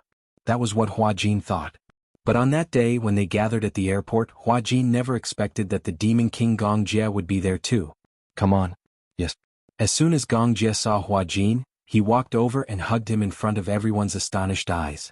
Gong Jie knew that Hua Jin and Liang Yin had swapped identities. However, Yun Shishir and Muyaja didn't know about such a ridiculous thing. Hence, in their eyes, Gong Jie was hugging Liang Yin's body. Yun Shishir was stunned. Xiaojie. Why are you guys so intimate? Liang Yin was also stunned. She didn't know that after the soul swap, Hua Jin had mentioned this to Gong Jie, so she thought that Gong Jie didn't know about it. But what's with the intimacy they're showing? She didn't remember knowing this man. You're Liang Yin, right? Gong Jie smiled and asked Hua Jin, who are you sharing a room with tonight? Without waiting for Hua Jin to answer, Yun Shishir said, Xiaojie, do you know her? Yeah, I know her. Chapter 3876. Yun Shishir smiled as she walked over to show her friendliness. You don't mind sharing a room with me tonight, right? No, I mind. Gong Jie interrupted Hua Jin mercilessly and pulled him into his arms. Lowering his voice, he said word by word, "If you dare to share a room with Shirshir, do you believe that I'll break your legs?" Hua Jin gulped. "I believe you. Sharing a room with my sister, are you rebelling?" Gong Jie's voice was as cold as ice. However, when he lifted his head to look at Yun Shirshir, his eyes were gentle. "Tonight she's mine." Everyone was dumbfounded. They were so shocked that their jaws almost fell off. Especially Liang Yin, she stared at Gong Jie in disbelief. Hua Jin was also frightened and wanted to break free from him. "Hey, stop fooling around. It's not like we haven't slept together before, right?" Gong Jie's smile was very meaningful. He acted as if he was very intimate with her. Liang Yin immediately walked over and pulled Hua Jin aside. She asked suspiciously, "You've slept with him before? When did this happen?" "Don't listen to his nonsense." Hua Jin didn't know how to explain and said speechlessly, "He actually knows about this matter between us." "What matter?" "Well, he knows that I'm Hua Jin and that we've swapped bodies before. So, he doesn't want me to share a room with his sister, so he forced me to share a room with him." "No way." Liang Yin insisted, "You can't share a room." Hua Jin rolled his eyes. "I don't want to either. You think I want to share a room with him? Gong Jie, the big devil? Who would want to share a room with the big devil?" Liang Yin was a little restless. "What should we do then? Why don't we leave?" Before Hua Jin could answer, Yun Shirshir walked over and sized them up. She asked curiously, "What are you guys discussing?" "Oh, nothing." Hua Jin asked tentatively, "How are the rooms allocated tonight?" "There are 3 rooms in total. Originally Lisa and I would share a room, Yu Xiaoyichen and your brother-in-law would share a room, and Hua Jin and Xiao Jie would share a room. However, Hua Jin said that he would have to bring you along. Since there are no more rooms, why don't you share a room with me to save the trouble?" "No." Gong Jie walked over and protested, "You can't distribute it this way." He pulled Hua Jin to his side. "He has to be in the same room as me." Everyone was silent. Muyaja couldn't take it anymore. "How about this? I'll do it." In the end, Hua Jin, Gong Jie and Muyaja would share a room, Liang Yin, Xiaoyichen, and Yu would share a room, and Lisa and Yun Shirshir would share a room. Hua Jin looked like he wanted to cry but had no tears. "It can't be, right? Wouldn't it be too cramped for 3 people to share a room? There are only 3 rooms in total." After much discussion, Muyaja's suggestion was the most suitable. Thus, everyone compromised a little. Although Hua Jin felt wronged, he had no choice. Gong Jie and Muyaja would never agree to him sharing a room with Yun Shirshir. Although Liang Yin was a girl, her body was that of a man, so she would be assigned to share a room with Yu and Xiaoyichen. At the moment, this seemed to be the most humane solution. Chapter 3877. After discussing the allocation of the rooms, the group of them set off. Liang Yin was very happy to see the result of this distribution. After all, it was best to share a room with 2 adorable little lads. She wouldn't feel awkward or embarrassed. Most importantly, she would not feel burdened. Hua Jin said that although Gong Jie knew about this, he did not tell Yun Shirshir for the time being. It was not because of any other reason, but because he was worried that she would be worried for nothing and would not be able to accept this fact. However, since Gong Jie knew about this, Yu would naturally know about this too. Yun Shirshir had already booked the plane tickets. After everyone had boarded the plane, Yu, who was originally sitting with Lisa, swapped seats with Lisa and sat next to him. Yu looked at him with an unfathomable gaze. Hua Jin shuddered when he saw Yu staring at him. He glanced at him and raised his eyebrows. He did not know why Yu was looking at him with such a deep gaze. "Why are you staring at me like that?" "I'm thinking." Yu looked at him from head to toe and smiled evilly. "Do you feel uncomfortable when a man turns into a woman? Do you feel that your chest is heavy? No? Then, do you pee like a girl now? If not, that's amazing." Yu blinked his beautiful eyes and suddenly smiled, as if he was hiding an unknown ambition. "I really want to dissect you." After all, this was the first time he had heard of something as magical as soul exchange. Of course, Yu knew that Hua Jin would not joke or lie. Hua Jin trembled. He was frightened by black-bellied Yu. He had said that he would dissect Yu so casually. He was scared to death. Hua Jin gulped. "You can't joke about this. Since you know that it's a joke, why are you so nervous?" On the other hand, Liang Yin got along well with Mui Chen. She was a very distressed person and the flight on the plane was rather boring. All electronic devices were banned, so Mui Chen was also bored. Liang Yin chatted with him on and off, which alleviated a lot of the boredom. When they arrived at the Mid-Mountain Hotel, it was already afternoon. The luggage was directly carried back to the room by the bellman. Half Mountain Hot Spring, the so-called Half Mountain, meant that the hotel was located in the middle of the mountain, and the hot spring pool was at the waist of the mountain. While soaking in the hot spring and lying on the side of the pool, one could overlook the entire mountain scenery. Especially at dusk, when the sun was setting, there was nothing more enjoyable than soaking in the hot spring while watching the sunset. Before coming here, Liang Yin's concept of hot springs was just like what she saw in TV dramas. It was like the bathtubs in many bathhouses with steam rising in spirals. She had no interest in hot springs. However, when she arrived at the hotel and looked at the endless mountain road and the mountain scenery, she was stunned by the beautiful scenery in front of her. Liang Yin smiled and said, "Why do I feel that staying in this hotel makes me feel isolated from the rest of the world?" When Yun Shirsher heard this, she immediately said, "You usually have a hard time filming. Treat this trip as a vacation to relax." Oh.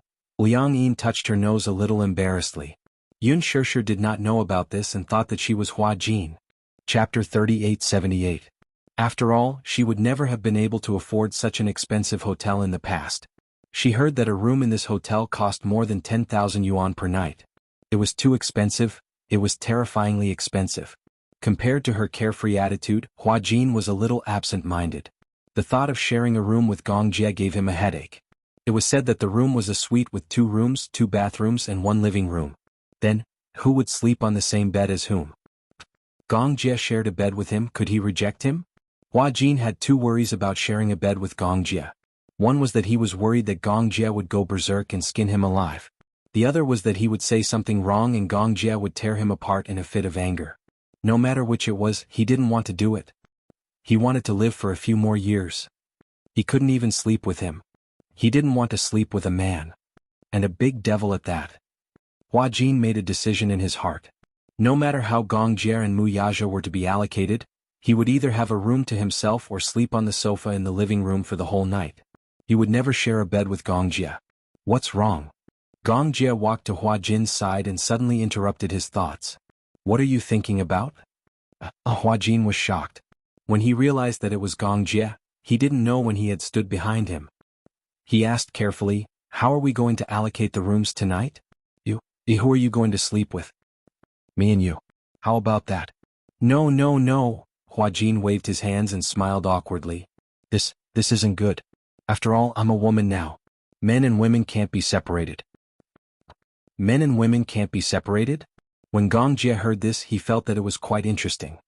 He smiled wickedly, revealing the tip of his snow-white teeth. Coupled with the black diamond earrings on his ears, he looked like a demon at first glance.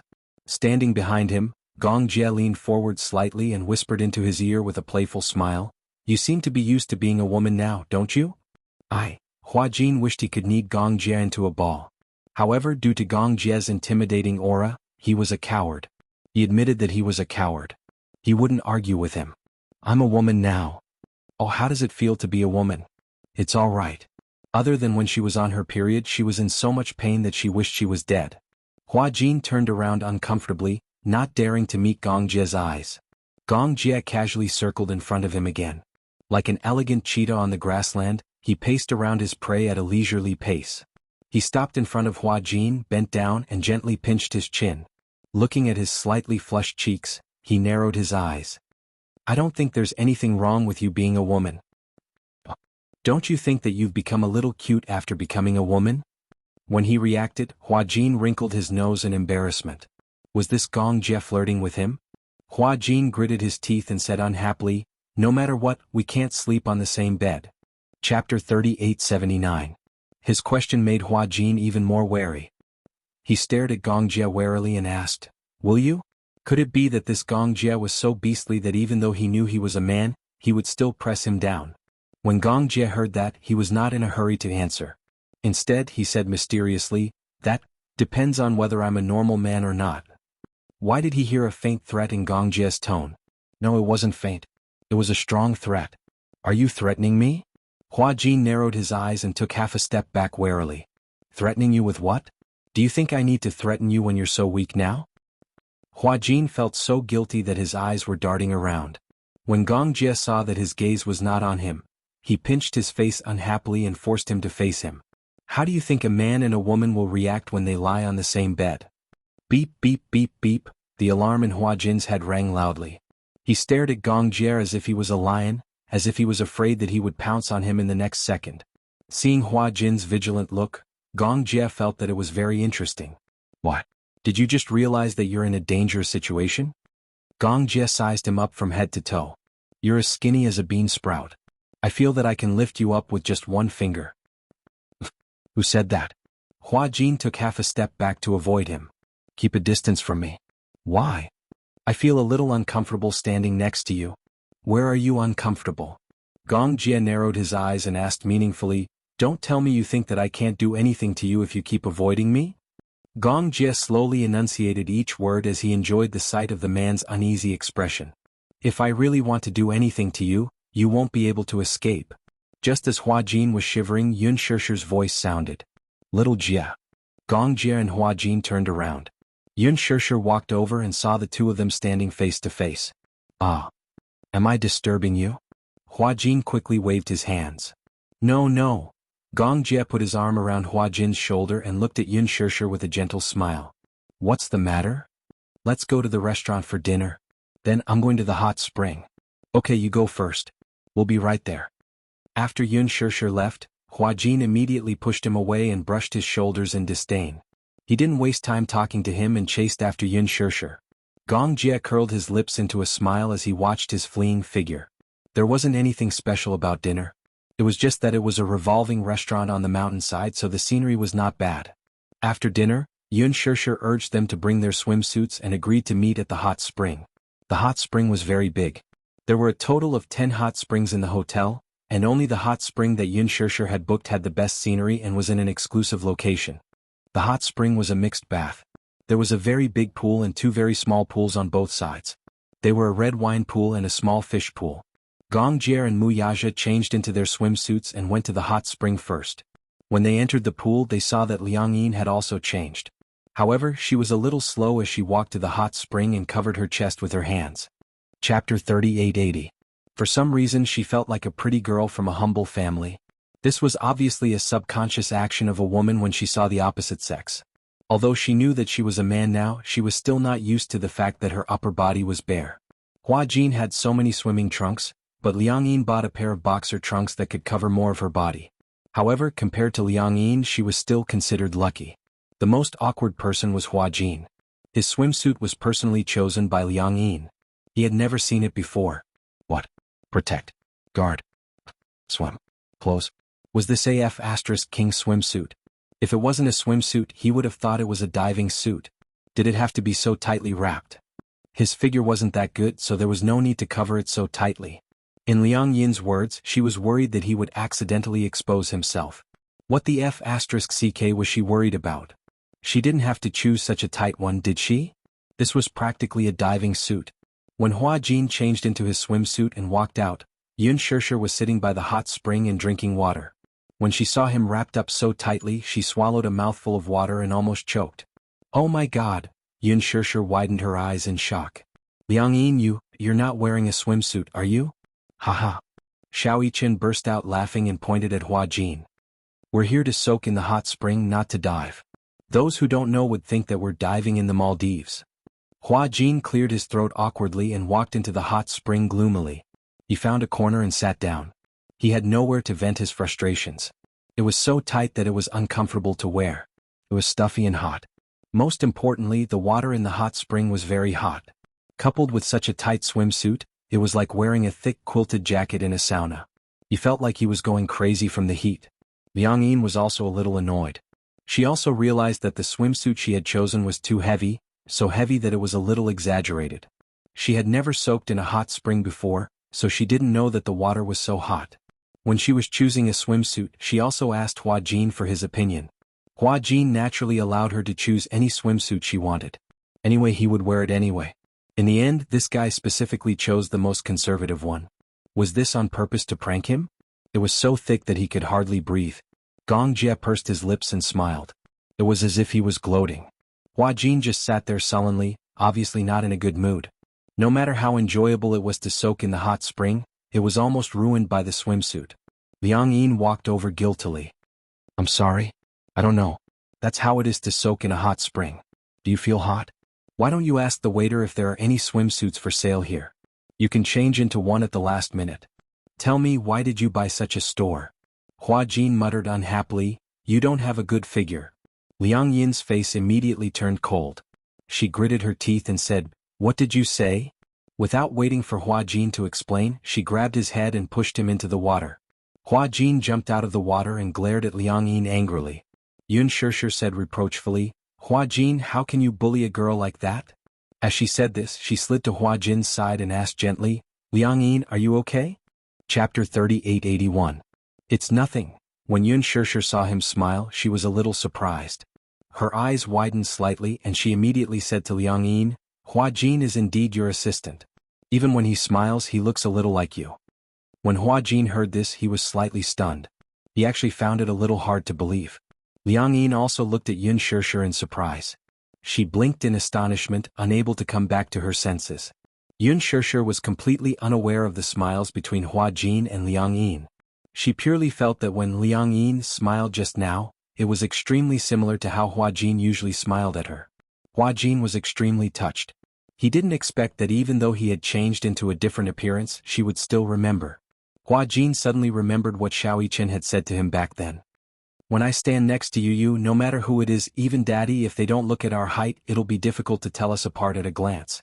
However, Mommy will be able to tell which one is you and which one is me. Isn't that a very magical thing? At that time, Hua Jin had been impressed by Yun Shishir's meticulous mind. However, he didn't expect that even if he wasn't Hua Jin, she would still be able to distinguish his shadow in another person. Hua Jin asked carefully, do I really look like Hua Jin when I smile? Yeah, very much. Yun Shishir glanced at Liang Yin and said with a chuckle, every time Hua Jin smiles at me, his eyes are squinted into slits just like yours. As she said this, she swam back to the side of the pool. She rested her arms on the side of the pool and soaked in the bath comfortably. Hua Jin and Liang Yin looked at each other in bewilderment. Gong Jie glanced at Yun Shishir and then at Hua Jin. He felt a little depressed and jealous. Just now, Yun Shishir recognized Hua Jin at a glance. He didn't know if his own sister would be able to recognize his shadow from a smile if something like this happened to him.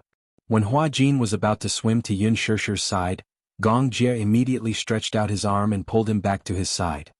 Don't go. Hua Jin glared at Gong Jie angrily. Gong Jie, what do you want?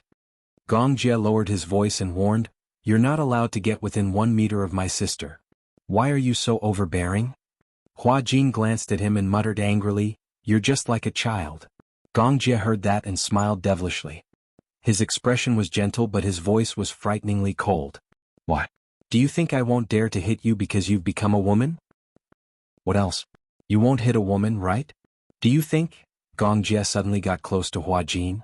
Other than hitting, I don't have any other way to make you suffer so much that you wish you were dead? Gulp. Hua Jin gulped nervously and his eyes widened. Gong Jie looked at him coldly. He was originally annoyed, especially when he thought of the special treatment Hua Jin received from Yun Shishir. This made him extremely unhappy. However, he didn't know why, but the expression on Hua Jin's face was really interesting. His eyes were so big that when he widened his eyes, his expression looked dazed and timid. His dark eyes were filled with his enlarged reflection. He looked stupid, but at the same time he felt that it was actually kind of cute. Gong Jie almost lost his cool. He turned his face away awkwardly. He actually felt that this guy would be kind of cute after becoming a woman. Chapter 3882.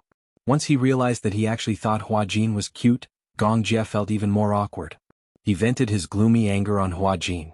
Why are you staring at me? Without another word, Gong Jie pressed down on Hua Jin's head again and drowned him in the pool. Gurgle gurgle. Everyone heard the sound coming from the corner and was shocked. They all looked over and saw Hua Jin struggling a few times before his body went limp and he fainted in Gong Jie's arms. Ah! Yun Shishir swam over anxiously. Hua Jin, your assistant. She seems to have fainted. Hua Jin. Liang Yin shouted anxiously, but she subconsciously called out Hua Jin's name. Fortunately, the scene was chaotic and everyone's attention was focused on Hua Jin, so they did not realize that she had called out his name strangely. Hua Jin had fainted. When Gong Jie fished him out, he thought that he had drowned. The group of people were flustered and did not know what to do. Among them, Mu Yaja and Gong Jie were the only ones who knew how to perform first aid. Mu Yaja did not even think before he handed this difficult task to Gong Jie. Gong Jie did not think too much about it. He thought that Hua Jin had choked on water. He crossed his fingers and pressed on her chest, but there was no movement. Liang Yin bit her finger and watched as Gong Jie pressed his palm on Hua Jin's chest. But that was her body. She was going crazy. How is it? Yun Shirshir squatted beside Hua Jin. Seeing that he had no reaction, she said to Gong Jie worriedly, "Be careful. She's a girl and her bones are very fragile. Don't break her ribs." At the side, Liang Yin added, that's right. A girl's bones are very fragile. Be careful not to break her bones. Most importantly, this was her body. She was still useful. Gong Jie looked depressed. It doesn't look like you're drowning. Yun Shirshir said angrily, "Little Jie, she's just a girl. How could you be so cruel to her? Even if it's a joke, you can't play like this. What if someone dies?" "I know what I'm doing." Just as the group of people were staring at each other in bewilderment, Yu, who was at the side, looked at Hua Jin, who was lying on the ground with a flushed face, and asked suspiciously, "Could it be that he fainted from the heat? Also, I remember that there is an infirmary in the hotel." Yu glanced at Gong Jie and said coldly, "Instead of glaring at him, why don't we send him to the infirmary?" When Hua Jin woke up and opened his eyes, he saw a light hanging above his head. He suddenly realized that he was on a big bed. A familiar voice came from beside him. "You're awake?" Hua Jin turned his head in horror and stared at Gong Jie, who was guarding by the bed, in despair. Why was this guy still haunting him? When Gong Jie saw Hua Jin looking at him as if he had seen a ghost, his expression turned even uglier. "If you don't want to wake up, I can let you sleep again." No need." Although Hua Jin was extremely afraid of Gong Jie, the demon king of sadism on the surface, he was extremely cowardly. Why am I here?" He sat up with his hand on his head and asked carefully. "The doctor said that you fainted because of a lack of oxygen in your brain and low blood pressure. You're wearing a swimsuit that looks like a diving suit. It's airtight and you fainted from the heat." Chapter 3883. Was there such a thing as heat sickness? Just when Hua Jin was in disbelief, he vaguely felt some changes in his body. Where was his swimsuit? He lifted the blanket and saw that he had been changed into a bathrobe. His expression was even more horrified. This should be something that Liang Yin changed for me? No. Yun Shirshir did not know that he had swapped bodies with Liang Yin. Then, without knowing, she would never allow Liang Yin, who had become Hua Jin, to touch her body. It must be Yun Shirshir who changed it for him. As if he had guessed what Hua Jin was thinking, Gong Jie snorted coldly. "Dream on." "What do you mean?" "I changed it for you." Hua Jin covered his crotch. "Why are you the one who changed it for me? If not, who do you want to change it for you?" The only person who was of the same gender was Yun Shirshir. However, how could Gong Jie allow Yun Shirshir to serve Hua Jin? He had never enjoyed such treatment before. Hence, Gong Jie went against everyone's wishes and dragged Hua Jin back to the room. He took off his swimsuit and put on a bathrobe. Hua Jin thought hopelessly that Liang Yin must be hiding in a corner and crying in despair. Tomorrow he must find him and bare his fangs. What a headache. Hua Jin was still a little wary. "You just changed my clothes?" Gong Jie narrowed his eyes and looked at him. "Other than changing your clothes, you seem to be expecting something else." No. Or do you think that other than changing my clothes, I want to do something else to you?" Hua Jin did not dare to say it. In reality, if a man and a woman were to be alone together, it would be hard for a hot-blooded man to not have any evil thoughts when he saw the naked young girl, right? Especially a man like Gong Jie. Speaking of which, he didn't know why, but the words Xiao Yichen had said to him before suddenly floated into his mind. My uncle doesn't like men, right? I don't think he likes women. He doesn't seem to be interested in women. Hua Jin had some doubts. Could it be that this Gong Jie really doesn't like women? With that thought in mind, Hua Jin suddenly asked tentatively, Gong? Gong Jie responded with a hostile look. Young Master Gong, let me ask you something. Hua Jin didn't know how to ask. After weighing his options, he finally asked, do you like women? Do you have that kind of physical reaction to women? Gong Jie's gaze became even more dangerous. Are you questioning my sexual orientation? I am not questioning your sexual orientation. I'm just discussing with you about this. What I mean is, if you have a reaction to women, why don't I sleep on the floor while you sleep on the bed? We can't possibly sleep in the same bed as a single man and a single woman, can we? What if you pounced on me? However, Hua Jin didn't dare to ask the second half of his sentence. Gong Jie heard this and revealed an extremely evil smile. He suddenly approached him. Hua Jin leaned against the headboard and stared at him nervously. Gong Jie's arms were on both sides of him. Through the slightly open collar of his bathrobe, his well-defined chest and the firm lines of his arms were clearly visible. His entire body was emitting sex-inducing hormones. Chapter 3884. Hua Jin was so stiff that he didn't dare to move an inch. It was as if he was facing a lion that was eyeing him covetously. If he moved, the lion would pounce on him in the next second. Save life. Gong Jie stared at his face and finally spoke. You're afraid that I'll take advantage of you? You're so concerned about my sexual orientation? Gong Jie's thin lips curled up slightly, making him look devilishly charming. Why don't I give it a try? He moved closer to him. Hua Jin almost shrieked out loud. Try what? Try to see if I have any reaction to women. Is there a need to try? Do you like men or women? Don't you know what you're doing? No. His gaze fell on Hua Jin's tightly clenched lips. Gong Jie smiled, revealing his snow-white teeth like a devil. It's rare for you to become a woman. You should at least experience what it's like to be a woman. Otherwise, you'll be wasting such a rare opportunity, okay? No. I don't want to. I don't want to experience this. Other people might not even have the chance to experience this. No. Believe me, 99% of straight men would never want such an opportunity. Is that so? Gong Jie had just raised his hand when Hua Jin nervously covered his shoulders as if he was facing a formidable enemy. He glared at him coldly and suddenly curled his lips in disdain. The next second, his large palm held onto his head and pushed his body to one side. The next second, Hua Jin was kicked to the ground. He got up from the ground in a daze, looking as if he had been frightened. He lifted his head to look at Gong Jie on the bed, only to see that he had already lifted the blanket and covered himself with it. Before he laid down, Gong Jie glanced at him casually and sneered. Nothing happened. You seem very disappointed. Hua Jin stared at Gong Jie in a daze as he lay down. He didn't dare to make a sound. Was the devil going to sleep? That's great. He was finally liberated. Hua Jin tiptoed to the door. When he turned around, he saw that Gong Jie's back was still as usual, as if he had really fallen asleep. Only then did he let his guard down. He opened the door, walked into the living room and sat down on the sofa. Hua Jin finally felt a little more relaxed after being in a room away from the great demon king. Perhaps it was the relaxation after being overly nervous. All the muscles in his body suddenly relaxed.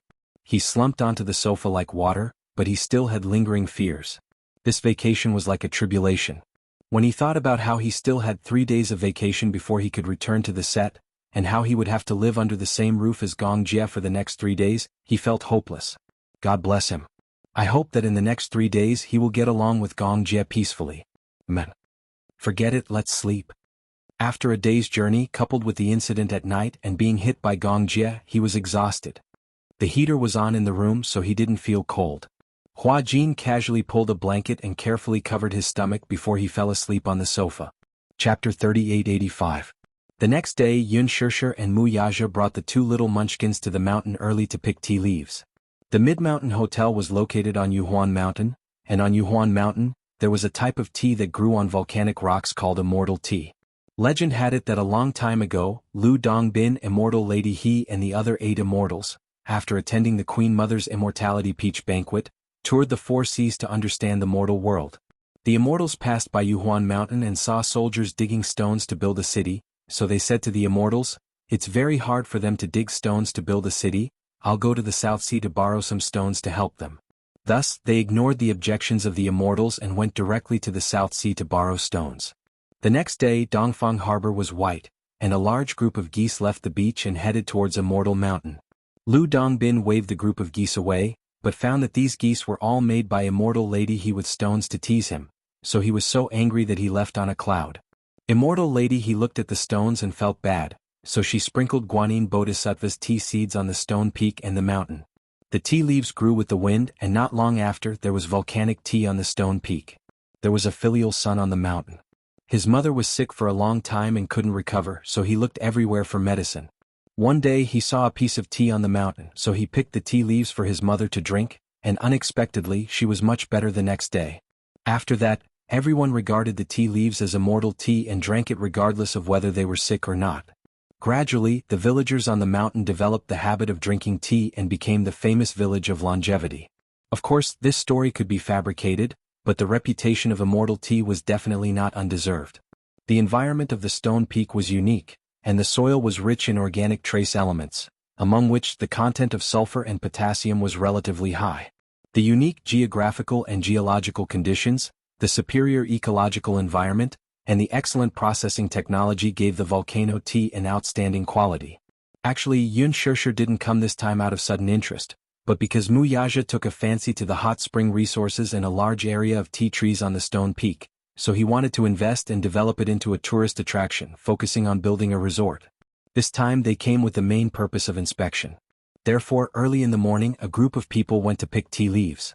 Liang Yin was especially interested. Although she didn't like drinking tea, she was interested in picking tea leaves. Mu Yaja also asked Gong Jie, but Gong Jie was wrapped in the quilt and did not say a word. Mu Yaja was too lazy to call him. When Hua Jin woke up, he found that he didn't know what had happened. He had actually rolled on the ground and under his body was a furry carpet. He had fallen asleep and didn't even know that he had fallen off the sofa. Feeling that the room was empty, he carefully crept to the door of Mu Yaja's room, mistaking it for Gong Jie's room. When he opened the door, he saw that the bed was empty. Thinking that Gong Jie was gone, he jumped up in excitement. The great demon king has left. Just as he was cheering, a cold voice came from behind him. Who is the great demon king? Hua Jin froze for a moment and turned around in a daze, only to see Gong Jie with slightly messy hair and a gloomy face. Gong Jie glared at him with an unfriendly face. Hua Jin took half a step back and immediately adapted to the situation, revealing a standard peasant's smile. Young master, you're awake? Get lost. Chapter 3886. He could tell that Gong Jie's temper when he woke up was quite scary. However, it didn't matter, he tolerated it. It was already late. Since Gong Jie was already up, he must be planning to go out, right? Then he could enjoy a rare moment of peace and quiet. There was a huge sunroom in the suite. There was a circular jacuzzi in the sunroom, surrounded by privacy glass. One could see the scenery outside but not inside from the outside. When Gong Jie left, he could lie leisurely in the bathtub, sipping champagne while looking at the beautiful scenery of the mountains. It was simply great bliss. This was more like a vacation. Hua Jin could already imagine the different kind of bliss lying in the bathtub. However, his beautiful dream was shattered very quickly. Gong Jie made a call in the bathroom and found out that Mu Yaja and Yun Shirshir had gone to the mountains to pick tea leaves. Hence, he decided to rest in the room. Then, he walked straight to the sunroom and lay down in the bathtub.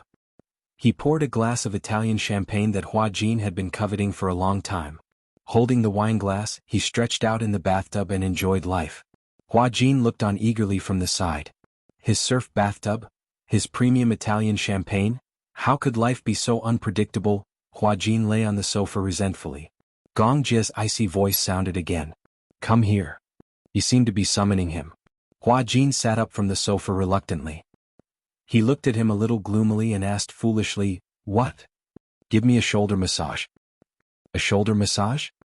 Yeah, my neck is sore. The needle here was soft. Gong Jie was used to hard needles, so when he changed to a softer needle, his neck felt like it was going to collapse. Hua Jin said reluctantly, Don't we have a massage technician?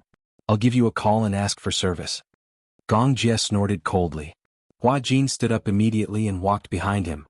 He squatted down and swallowed his anger. I'll give you a massage. He pinched the back of Gong Jie's neck with both hands and gently massaged it. However, he was cursing in his heart. Didn't this guy want to enslave him? Fine. He tolerated it. Ostracized. It must be ostracized. This guy must be jealous of his close relationship with Yun Shirshir, so he targeted him. Too gentle. When Hua Jin heard this, he increased the strength of his grip. Gong Jie asked, Is it because your hands are as soft as a woman's now that you're a woman? Hua Jin pinched him. However, to Gong Jie, such strength was neither too light nor too heavy. It was neither painful nor itchy. From Hua Jin's point of view, Gong Jie was leaning against the side of the pool. His naked upper body accentuated his well-defined muscles and protruding chest, which made him look even more sexy. For a moment, Hua Jin couldn't take his eyes off him. He was envious. How did he train his muscles? He used to have the habit of going to the gym. However, no matter how much he trained, he couldn't train his muscles to be as exquisite as Gong Jie's. Hua Jin asked curiously, "How did you train your muscles?" "What? Do you go to the gym?" "I don't have the habit of going to the gym." "Then how did you get your muscles? Why do you want them?" Hua Jin naturally felt envious. Chapter 3887. Hua Jin didn't say anything, but he felt envious. Hence he kept staring at him. However, he suddenly realized that Gong Jie's deep gaze had landed on his side profile. He snorted and asked, "What are you doing? Have you seen enough? I see that you've been staring at me." Gong Jie asked again, "How long are you going to stare at me?" Hua Jin turned his face away awkwardly, stood up and walked to one side. He said unhappily, "Do you think I want to look? Even if you don't want to look, you've been staring at me for a long time." As he said that, Gong Jie stood up from the bathtub and wiped his body with a towel. Then he put on a bathrobe and stepped out of the bathtub. Fine water droplets slid down his skin bit by bit. Gong Jie walked in front of him and looked at him fixedly. Hua Jin didn't know where to look and just stared at him blankly. "Why are you staring at me?" Gong Jie said this out of the blue. "I realize that you're quite pretty." Boom. This sentence made Hua Jin's entire body stiffen. So much so that all the blood in his body flowed to the top of his head and his face was so red that it looked like blood was going to come out. Gong Jie saw that his face was even redder and for a moment, he felt that it was more interesting. Standing in front of him was Liang Yin. Even though he knew that although it was a woman's body, the essence was still Hua Jin. However, he didn't know why, but he didn't feel that it was out of place at all. "You've blended in well with this body." When Hua Jin heard this, he was stunned. "What do you mean? After you've turned into a woman, you're really like that?" As Gong Jie said this, he suddenly chuckled and walked closer to him. "What's the experience of being a woman?" Hua Jin looked awkward as he retreated, trying to avoid him. Gong Jie stretched out his arms and trapped him between his arms, blocking his escape route. Hua Jin shrunk his shoulders in vigilance, looking extremely vigilant. "Gong Jie, is it fun to tease me?" "Tease?" Gong Jie frowned and recalled, "I remember someone seriously questioning my sexual orientation yesterday. Why don't I take this opportunity to prove to you what my sexual orientation is?" Hua Jin was furious. "Gong Jie, don't make such a joke." Before he could finish his words, Gong Jie suddenly grabbed his collar and pressed him down on the sofa. Before Hua Jin could accept the fact that he had been pushed down by a man, he heard his fragrant voice. "I'm serious." Hua Jin's brain instantly crashed. He subconsciously clenched his fist and swung it at his face. However, with his current body, how could he be a match for Gong Jie? The latter raised his hand and easily caught his fist without any effort. He immediately tied his hands behind his back and subdued him. Hua Jin couldn't move anymore. In the next second, a warm sensation pressed down and covered his lips. However, it was only for a moment. After a brief touch, it immediately separated. When he came back to his senses, Gong Jie had actually kissed him. Hua Jin's eyes widened as if they were about to pop out. Chapter 3888. Ha! He laughed out loud. Hua Jin's reaction was too amusing. He couldn't help but laugh. He had intended to tease him. After all, this guy had questioned his sexual orientation yesterday. Then he had to prove that he liked women and was a normal man. However, he didn't expect his reaction to be so cute. Previously, when they were playing games and receiving punishment, he had also kissed him indirectly. However, it was a little awkward facing a man's face at that time. Now that Hua Jin had become a woman, however, this sense of repulsion vanished in an instant. Gong Jie. Hua Jin was so angry that he gritted his teeth and asked, "Is it fun? Is it fun to bully people like this?" "Yeah, it doesn't feel bad." "You? This lawless devil incarnate." Hua Jin pushed him away violently. He raised his hand and rubbed his mouth with the back of his hand. His mouth was very tender, like a flower petal. After he rubbed it, it turned red and swollen as if it had been spicy. When Gong Jie saw this, he couldn't help but laugh again. However, because of this laugh, Hua Jin couldn't help but be stunned. It was rare for him to see Gong Jie laugh like this. He had to admit that when he laughed, he looked very good. He had a heroic spirit. Although he and Yun Shishir were twins, their facial features were very similar. However, his features were more heroic and devilish. It was a beauty that was between the sexes. He was very beautiful. When he laughed, there was a faint dimple at the corner of his lips. This dimple was too small. It wasn't easy to notice when he didn't smile normally. However, when he laughed, he couldn't hide it at all. If Gong Jie laughed like this often, it wouldn't be bad. If he didn't know this man well, he would definitely think that this smile was very sunny and warm. However, those who knew his character would shudder because of this smile. They always felt that when he smiled, even if he looked at the sun, there was always a hint of evil and sinister intent. Seeing him smile like this made his hair stand on end. Hua Jin turned his head awkwardly, stood up, walked to the door and muttered, "Pervert." With that, he opened the door and walked out, slamming the door behind him.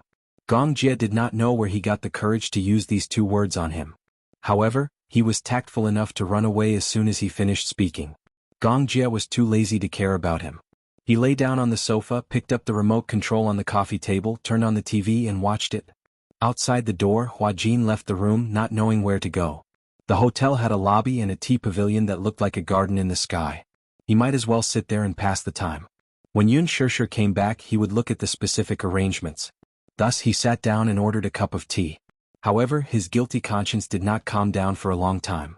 Thinking back to that Gong Jie kiss just now, he felt uncomfortable in his heart. He felt that, as a man, he was actually being teased by another man. This feeling was not good at all. Yun Shishir came back after picking the tea leaves. When she passed by the tea pavilion, she saw Hua Jin sitting in the tea pavilion, holding his chin with both hands as he stared at the mountain scenery in a daze. Chapter 3889. She walked over and patted him lightly on the shoulder. "Liang Yin." Hua Jin was in a daze. When he looked up and saw Yun Shishir, he smiled. "Shishir. Why are you sitting here alone? I didn't see you get up to pick tea with us in the morning." "Oh, I was still sleeping in the morning. I didn't know that you went to pick tea." "I see." Yun Shishir smiled. "We bought tea cakes." "Tea cakes?" "Yeah." Yun Shishir took out a tea cake from the box, broke off a small piece and handed it to Hua Jin. Hua Jin looked at the tea cake in his hand and asked curiously, "What is this?" Before Yun Shishir could speak, Yu explained kindly, "This is a tea cake. Of course it's edible." "Yeah, really? Smell it. Smells good. I ate 2 tea cakes. When I bite into them, it's crispy and fragrant. But it's quite delicious." "Yeah." Hua Jin immediately took a bite. In an instant, the fragrance of the tea filled his mouth. It was crispy and fragrant. When he bit into it, the tea leaves that had been dry and brittle immediately broke apart. The tea leaves and tea stems emitted a mesmerizing fragrance in his mouth. However, it was not easy to chew and was difficult to swallow. When Xiao Yichen saw this, he couldn't help but cover his mouth and burst out laughing. When he saw him laugh, Hua Jin was even more confused. "What are you laughing at?" he asked with a lisp as he chewed on the tea cake crumbs. "Ah." Yun Shishir couldn't help but laugh as well. Yu, who was beside them, revealed a sinister smile. This smile was exactly the same as Gong Jie's. There was an inexplicable evil aura. Hua Jin was so frightened that he quickly spat out the tea cake crumbs. He asked fearfully, "Is it poisonous?" "No, it's not." Yun Shishir held back her laughter and said, "This tea cake is not for eating. Yu is lying to you." Xiao Yichen held back his laughter until he was about to cry. He didn't know whether to laugh or cry. "Aha, this tea cake is actually for making tea." Liang Yin stood at the side and asked quietly, "Don't you know that tea cakes are meant to be eaten? They're used to make tea." The corner of Hua Jin's lips twitched. He casually picked up the glass of water beside him and took a big gulp before spitting out the remaining dregs. A bitter taste instantly filled his mouth. He chewed. The tea leaves were not only fragrant, but there was also an inexplicable bitterness. Fortunately, although the tea leaves and stems had been crushed into pancakes, they were still difficult to swallow, so he didn't swallow much. Why was this family so black-bellied? Whether it was Gong Jie, Muyaja, or Yu, other than Yun Shishir and Xiao Yichen, the other 3 were the epitome of being two-faced.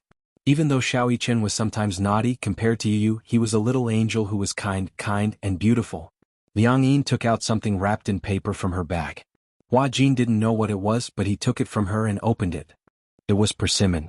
"This is persimmon. It's definitely edible." Hua Jin took it skeptically. He didn't know why, but even though he knew that it was persimmon, he still felt skeptical.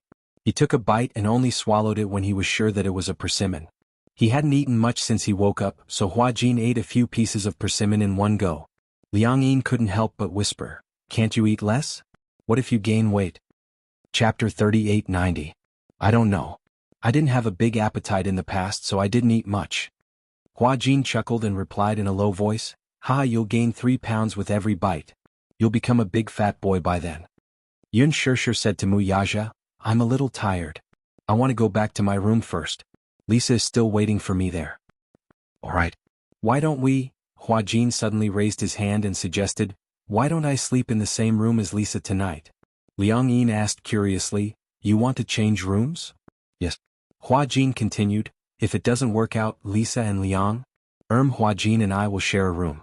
Sure, you and Chairman Mu will share a room. Yu, Xiao Yichen and Gong Jie will share a room. Isn't this a reasonable arrangement? Yun Shir furrowed her brows and was a little conflicted. Lisa only wants to share a room with me, then, Hua Jin continued, Chairman Mu, it's good for you to share a room with Shir. My room isn't a suite. There's only one bed. What about Xiao Yichen and Yu? We do have 2 beds, but Yu wants 1 bed each. But it'll be a little cramped if Daddy and I sleep together. Yu and Xiao Yichen's room was a standard children's room. The beds were 2-tiered bunk beds. If Mu Yaja slept there, she didn't know where to place her long legs that could break through the sky. Liang Yin and Xiao Yichen squeezed into the bottom bunk. Hua Jin was even more speechless. He was conflicted. He didn't want to share a room with Gong Jie. Although it was not the same bed, it was still uncomfortable to sleep on the sofa. However, he wanted to stay as far away as possible from that devil, Gong Jie. Mu Yaja asked, what's wrong? Are you uncomfortable sleeping on the sofa? Yun Shir raised her eyebrows strangely. Hey, were you the one who slept on the sofa last night? Hua Jin nodded his head in grievance, almost wiping away his tears. Gong Jie bullied me. Didn't he say that he would let you sleep on his bed? Yun Shir said righteously, wait here. I'll go talk to him. No need. Hua Jin quickly stopped her. If Gong Jie knew that he and Yun Shir had secretly complained, he didn't know how he would punish him. I thought about it. Actually, sleeping on the sofa is pretty good. There's no need to go through so much trouble. Anyway, the sofa is very big. I don't feel bad sleeping on it. It's pretty good. Although he was smiling on the surface, he was actually more depressed than eating Chinese gold thread. However, there was no other way. Hua Jin held the teacup in grievance and took a sip. Thinking about how he still had 3 days to face Gong Jie, he felt a headache coming on. In the evening after dinner, the group of people went to the park to play. However, due to Gong Jie's verbal threats, Hua Jin didn't dare to go. He stayed in the hotel alone and took a hot bath. After soaking for a while, he changed into a bathrobe and lay on the sofa lazily to watch TV. Without Gong Jie around, it felt quite peaceful. At least, he could enjoy such a peaceful moment alone. He also felt very comfortable. As it was a luxury suite, the hotel sent a candlelit dinner, fresh fruits and delicious desserts. He leisurely enjoyed the dinner alone and lay down on the sofa with the blanket covering him. As he ate desserts and watched TV, he actually felt a little sleepy. Chapter 3891. When Gong Jie and Mu Yaja returned to the room, Hua Jin had already fallen asleep on the sofa. Gong Jie walked over and saw that Hua Jin was sleeping very quietly. He didn't know what possessed him, but he stood by the sofa and stared at him for a while. When he realized that he had been staring at him for a long time, he furrowed his eyebrows and frowned unhappily. He didn't know if it was out of anger or something else, but he kicked Hua Jin mercilessly. This kick landed directly on someone's buttocks. Someone quivered and sat up on the sofa in shock. He screamed, "Ah, fire!" Gong Jie's face darkened instantly. Fire? What military intelligence did he lie about? When Hua Jin finally snapped out of his trance and realized that he was dreaming, he raised his head and saw Gong Jie's impatient expression. He did not know how he woke up, but he vaguely felt a pain in his buttocks as if they were cramping. What happened? He mumbled and rubbed his buttocks gently. When he looked at Gong Jie, he immediately sat up straight. You are back. He didn't know why, but at first glance he actually looked like a wife who was waiting for her husband to return. This knowledge made him even more displeased. Gong Jie snorted coldly. Fire? Where's the fire? Ah, Hua Jin licked his lips and laughed. You must be dreaming. It should be sleep talking. In fact, when he woke up, he couldn't remember what he was dreaming about. He only felt that he seemed to have jumped down from a very high rooftop and was kicked down by someone. The building behind him was on fire. He was so frightened that he woke up screaming. In the end, he realized that it was a dream. Hua Jin didn't know that he was kicked awake by Gong Jie. Gong Jie glanced at him and his tone was very dangerous. Did you complain to my sister? Ah. Hua Jin felt guilty for a moment and immediately said, No. Gong Jie expressed his doubts. Then why else would she lecture me today, telling you to sleep on the sofa? Yun Shir accused him of not being a gentleman. He actually let a girl lie on the sofa. It was too much. I didn't say anything. The more Hua Jin spoke, the softer his voice became. It was obvious that he was feeling guilty. Gong Jie asked coldly, if you didn't say it, then who did? The two of them looked back at Mu Yaja tacitly. Mu Yaja casually poured himself a glass of milk. He noticed the two pairs of strange gazes behind him, but he could not be bothered with them. Like an old cadre, he shuffled back to his room in his slippers. Hua Jin shrank back a little. It's okay. I don't think you're ungentlemanly. When people feel guilty, they act like you. Gong Jie said with a deep smile, it's okay, you can sleep on the bed today. Hua Jin was puzzled. Since when did Gong Jie become so reasonable? He felt that it was not normal for him to be so kind. He didn't seem to be so considerate. Hua Jin asked, if I'm sleeping on the bed, where are you sleeping? I'll sleep beside you. Hua Jin was glad that he didn't drink any water. Otherwise he would have spat it out or choked on it. No need. Chapter 3892. You like to sleep on the sofa so much? Yeah. Hua Jin nodded vigorously. I love the sofa. Gong Jie was speechless. He looked at him carefully and suddenly asked, why? Why are you so afraid? Gong Jie snorted coldly. Don't worry, I'm not interested in you. Just don't sneak up on me. Who would sneak up on you? Hua Jin said again, I don't like to sleep with men. Gong Jie said coldly, don't tell me you like men? Hua Jin should be glad that he didn't drink water. Otherwise he would have choked to death from the shock. Who likes men? You. Gong Jie said, I think you look very gay. Also, I heard a lot of rumors saying that you like men and not women. Who said that? Entertainment magazines. I couldn't tell, Hua Jin said mockingly. Young Master Gong, you're so busy every day. How could you be so bored as to buy entertainment magazines to read? On the plane. Gong Jie said, since you don't like men, why are you so guilty? Hua Jin snorted coldly to express his disdain. Even if I like men, I'll never like someone like you. Oh, what kind of person am I? Domineering, perverted? Hua Jin was about to say the word pervert when he saw Gong Jie's face. He was so frightened that he swallowed his words. Gong Jie looked at him coldly. His thin lips suddenly curled up. He suddenly bent down slightly and gently approached Hua Jin. Seeing that he suddenly leaned over, Hua Jin quickly leaned back, wishing that he could keep a distance from him. However, he was getting closer and closer, so much so that the warm breath from his lips blew onto the tip of his nose.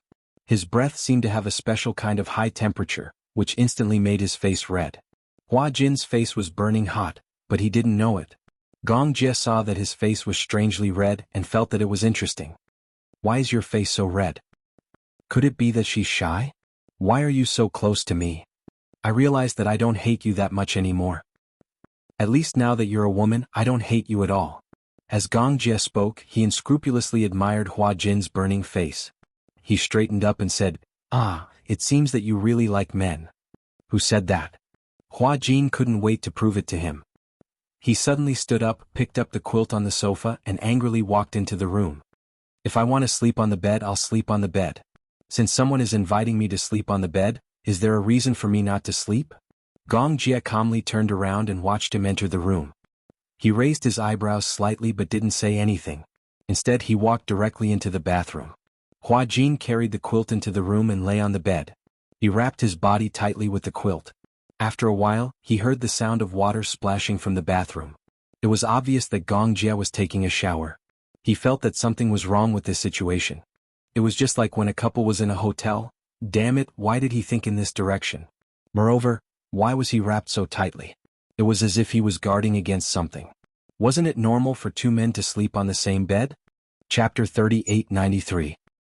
He looked like a shy little wife who was waiting for her new husband. How could one not misunderstand? He was obviously a man.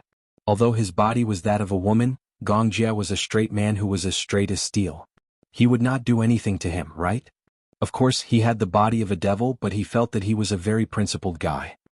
He would not do such a thing, Hua Jin comforted himself as he carefully lifted the blanket. But, he really wanted to take off his bra and sleep. It would be quite uncomfortable to sleep wearing this thing. But if he did not wear it, it would inevitably be a little exposed, right?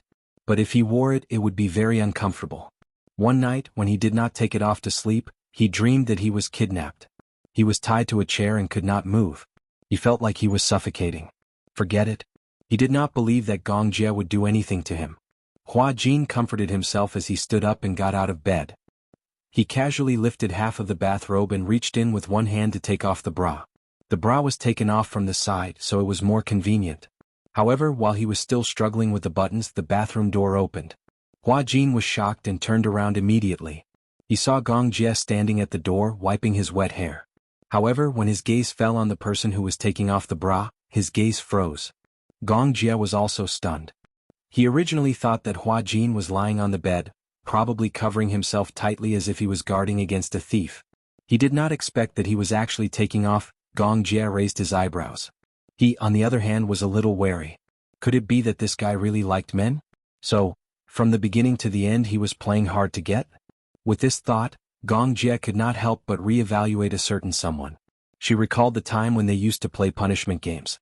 Whenever they were separated by a piece of tissue, Hua Jin's face would turn red as if he was shy. A normal man would be annoyed by that. Why would he show such a shy expression? Could it be? Gong Jie narrowed his eyes in horror at the thought. Are you that impatient? When Hua Jin heard this, he immediately pulled his clothes together and looked at him warily. Why didn't you say anything when you came out? Also, what do you mean by, can't wait? Since you're not impatient, why are you taking off your clothes?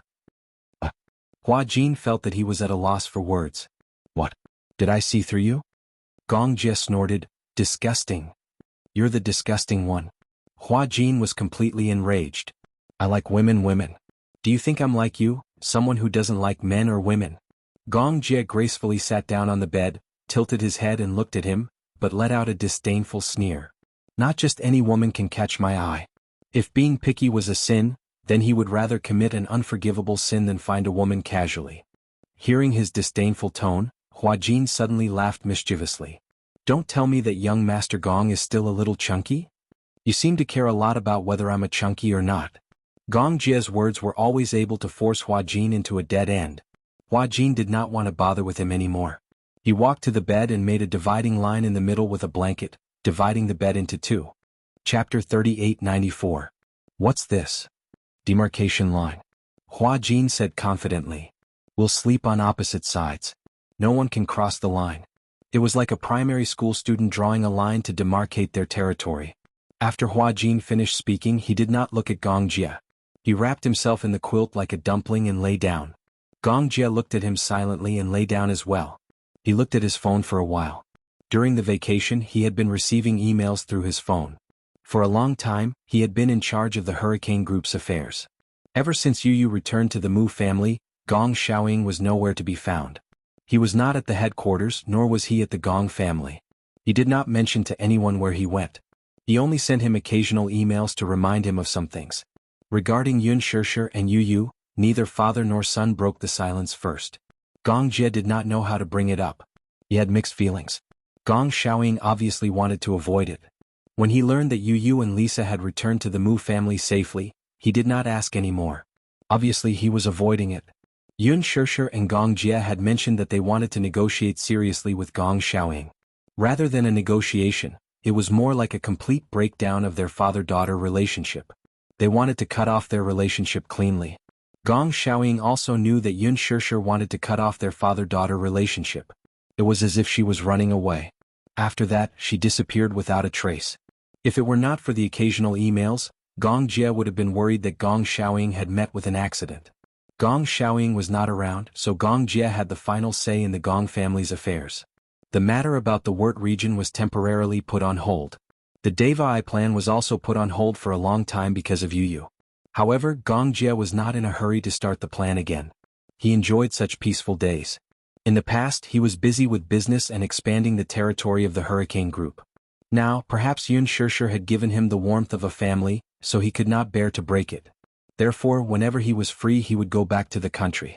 Yun Shishir even laughed at him for not doing his job. Recently, the Hurricane Group was not peaceful.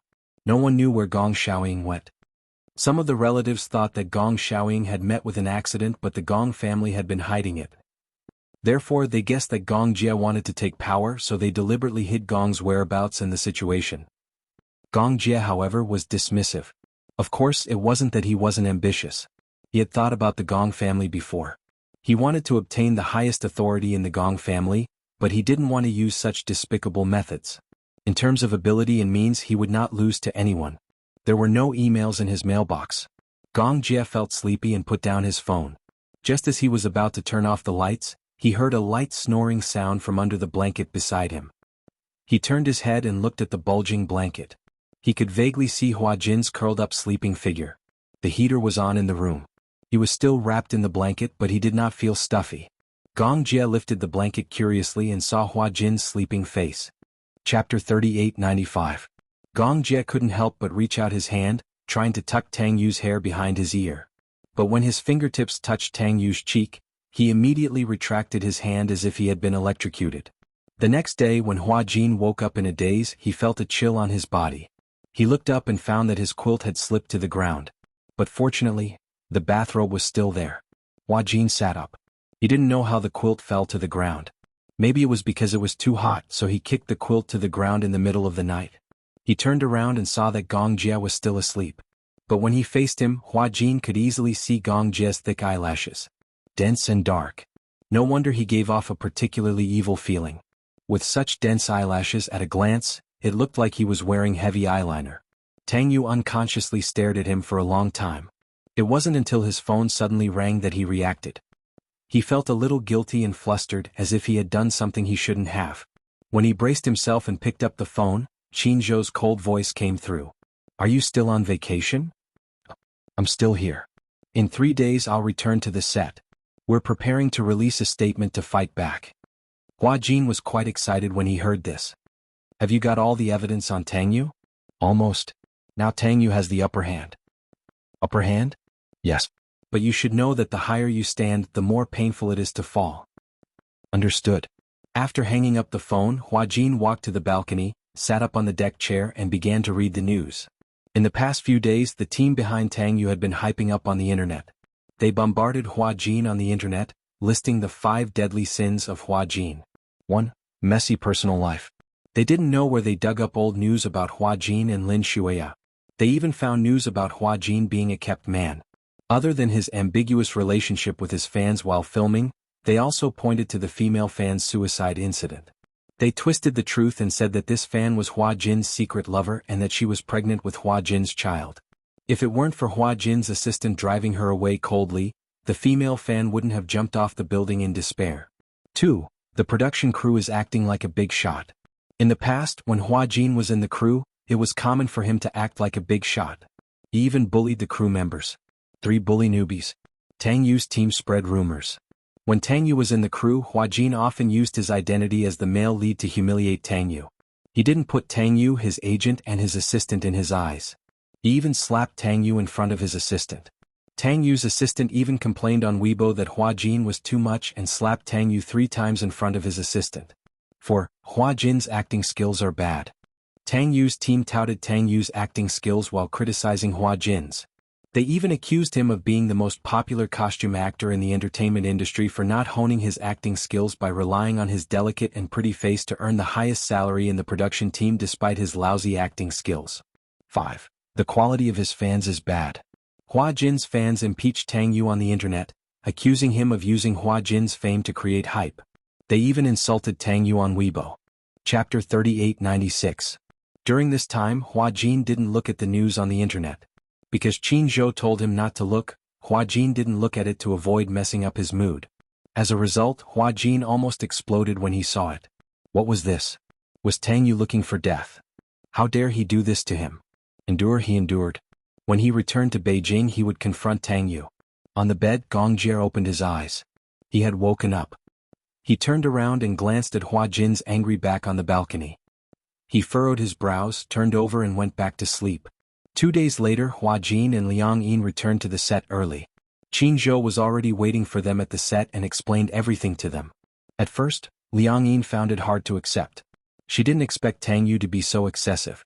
He indiscriminately pushed the blame to Hua Jin and even smeared Hua Jin's reputation. Qin Zhou sneered, if Tang Yu could face his mistakes and admit that he was the one who caused this, it wouldn't be a big deal. But look at his behavior. He actually dared to go against Huan Yu. He's looking for death. Hua Jin also said hatefully, this Tang Yu, he just debuted not long ago. How can he be so ruthless? Yes. Do you know who's behind Tang Yu? Who? Huan Yu's rival, Sinhai Entertainment. Sinhai. 10 years ago, Sinhai Entertainment mainly focused on the music industry. They signed many singers. Many singers and groups that were popular all over Asia were artists under Sinhai Entertainment. However, they hadn't sung for a long time. The music industry ushered in the impact of the digital era. The market was in a slump, and the music sales plummeted. And in the era of pan-entertainment, singing alone couldn't attract much popularity. Even the popular idol singer was a triple agent. He acted in movies, TV dramas, and sang the theme songs of movies and TV dramas. That was the only way to stabilize his fans and popularity. As for professional singers, if they didn't have powerful resources, they wouldn't be able to establish themselves in the entertainment industry. As a result, Sinhai made a strategic change and shifted his focus from the record company to the film industry. He invested in several films and dramas, but in the face of Huan Yu's suppression and domination, he was powerless to compete with Huan Yu. Huan Yu began to build up Hua Jin. Under Qin Zhou's suggestion, they supported Hua Jin. Therefore, Sinhai also signed a group of fresh meat, including the newly signed Tang Yu. Tang Yu's appearance was the best among Sinhai's new recruits. Therefore, Sinhai put a lot of effort into promoting him. However, since she had stepped into the entertainment industry, she naturally could not escape the unspoken rules if she wanted to climb up the social ladder. No matter how good one's aptitude was, if there were no resources, then the unspoken rules would be unavoidable. Qin Zhou had already gotten hold of a batch of Tang Yu's black material. He was just waiting for the critical moment to release it. The PR team had already concocted a batch of press releases, waiting for Tang Yu's team to get carried away. Qin Zhou and Hua Jin communicated for a long time and taught Liang Yin how to cooperate. The next day the show officially started. Chapter 3897. On the same day Hua Jin saw the news from Huan Yu's media account. Only then did he know that Qin Zhou had instructed several reporters to take a few photos of Tang Yu and his fans entering and leaving the hotel room together. And they didn't leave the hotel for 2 nights. Although it was secretly taken, the photos were very clear. With clear facial features, it was easy to recognize that the man in the photo was Tang Yu himself. In the photo 2 people were circled in red. After zooming in, even if the pixels were limited, the other girl was actually the girl who jumped off the building that day. Previously, because Sinhai exposed that the girl and Hua Jin had an affair, the child in her belly was Hua Jin's child. So, unscrupulous media sneaked into the morgue and secretly took photos of the girl's face. Although it didn't take long for the internet police to withdraw the photos had already spread widely on the internet. Some netizens even found the girl's photos through human search. Therefore, through this photo, the public recognized at a glance that the girl who entered and left the hotel with Tang Yu was the girl who jumped off the building that day. Everyone believed that the girl and Hua Jin had a relationship. But in the end, the thief cried thief. The real person who slept with the fans was actually Tang Yu. Before that, Tang Yu's team had righteously accused Hua Jin of having a messy private life with several girls. Many of Tang Yu's fans were eager to protect their master, and went after Hua Jin fiercely. Many of Hua Jin's fans also lost their will and defected to Tang Yu's side. Together with Tang Yu's fans, they discredited Hua Jin. Perhaps because of the depth of love, many of Hua Jin's fans couldn't believe it. At first, they still defended their idol on the internet. But as time passed, Hua Jin didn't show up to express his position from beginning to end, nor did he refute the rumors. The public took it for granted that Hua Jin was too guilty and didn't dare to admit it. Therefore he wanted to deal with it coldly. The fans were suffering as they waited. Many of them stopped being fans, thinking that they loved the wrong idol. However, there were still a large number of fans who firmly believed that Hua Jin did not do such an immoral thing. Now, Huan Yu had publicly clarified that the previous period of silence was because they were secretly gathering evidence. When the evidence was conclusive, they would announce it all together. Who knew how many haters would be slapped in the face? This was also one of Qin Zhou's strategies. Through this matter, he could stabilize his fan base. Previously, the loyal fans would firmly defend Hua Jin. Through this incident, the fans' trust in Hua Jin was further strengthened, and a group of fans who weren't loyal enough were eliminated. At the same time, it created a tolerant and steady side of Hua Jin. As for those fans who left because of distrust, they would feel guilty towards their idol and become even more loyal to Hua Jin. One had to admit that Qin Zhou's methods were brilliant. After fiercely attacking this rumor, the other accusations would collapse on their own even without Huan Yu showing up. When a person told a lot of lies, even if they were half true and half false, then when that person's lies were ruthlessly attacked, the other words that were said, even if some of them were true, would no longer be believed. If one sentence was false, no matter how true the other words were, no one would believe it. Chapter 3898. Tang Yu's manager was furious. Where did these sneaky photos come from? How did Huan Yu get hold of these photos? Even Tang Yu himself didn't expect that he would be secretly photographed by the reporters when he brought his fans into the hotel. He thought that since he wasn't famous, the paparazzi wouldn't bother to wait for him, so he was fearless. In fact, this was Qin Zhou's doing. Ever since Hua Jin joined the cast, Qin Zhou had sent several reporters to pretend to be Hua Jin's assistant and makeup artist. In fact, they were reporters who secretly took photos of many of the artists in the cast. However, he had been holding it in his hands all this time and didn't expose it. If people don't offend me, I won't offend them. Qin Zhou had always believed in the truth of protecting himself and never took the initiative to cause trouble. After all, it was easy for artists to survive in this industry. He was rarely willing to provoke others. But if others came to offend him, then he might not be polite. It was obvious that Tang Yu's team wanted to kill Hua Jin. So, he didn't have to be merciful. He had a lot of dirt on Tang Yu in his hands, and the more explosive ones were yet to come. Qin Zhou's principle was to either not say anything, or if he did, it would be a fatal blow. He wouldn't give Tang Yu's team any chance to fight back. And he did it. As soon as this news came out, Tang Yu's team was completely flustered. It could be said that they were caught off guard. Tang Yu's Weibo was very lively 2 days ago. When Tang Yu's team was smearing Hua Jin's reputation, Tang Yu posted a photo on Weibo with a short sentence: "Justice is in the hearts of the people." It seemed that there was no response, but in fact it was a response. It was as if they were the weak ones and didn't dare to say anything because of Hua Jin's power and means. The fans were heartbroken for a while. But now, when the time came out, he really slept with his fans, got them pregnant, and was heartless. He drove his fans out of the hotel and didn't even want to pay for the abortion. His image as a scumbag was suddenly known to everyone. Qin Zhou didn't know how he found the person. A hotel cleaner stood up and said that she saw the girl before she jumped off the building. The girl came to the hotel to find out that she was pregnant and came to discuss with Tang Yu about what to do. She happened to pass by and saw this scene. She immediately hid, but she accidentally heard Tang Yu's disapproving tone. Obviously, he didn't believe that the girl was really pregnant. He thought that the girl was here to threaten and blackmail him. Therefore, he refused to let her in and coldly drove her away. The girl was extremely sad. She said that she had no home to return to. In order to chase after idols, she had been isolated from her family. Now that she was pregnant, she was at the end of her rope. However, Tang Yu clearly said that he was on the rise now. His image was very important. He would never allow her to be his stumbling block. The girl was so sad that she was utterly defeated. She stumbled and left. Some reporters questioned her and suspected that the cleaner had been bribed. However, the cleaner was very magnanimous. She even said that what she said was the truth and that she was willing to bear all the legal responsibilities. Therefore, with this sentence, Tang Yu's so-called lawyer's letter seemed weak and feeble. All the onlookers encouraged Tang Yu to sue the cleaner if what she said wasn't true, and if it was a smear or a rumor. Chapter 3899. This time, Tang Yu's face was beaten black and blue by Huan Yu's solid hammering one after another. Tang Yu's manager cursed Qin Zhou. This Qin Zhou was young, in his early 30s, but his methods were impressive. He had already laid out a backup plan. How could Tang Yu know that Qin Zhou had already sent people to watch him from the first day he joined the crew? Photos after photos were placed in front of him. He wanted to clear his name, but he couldn't. And Hua Jin's Weibo was personally managed by Qin Zhou. Of course, in this segment, Hua Jin had to act as a victim.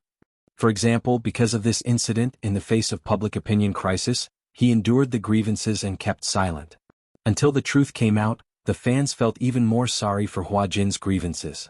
Since there were facts and evidence to prove that the girl who jumped off the building had nothing to do with Hua Jin.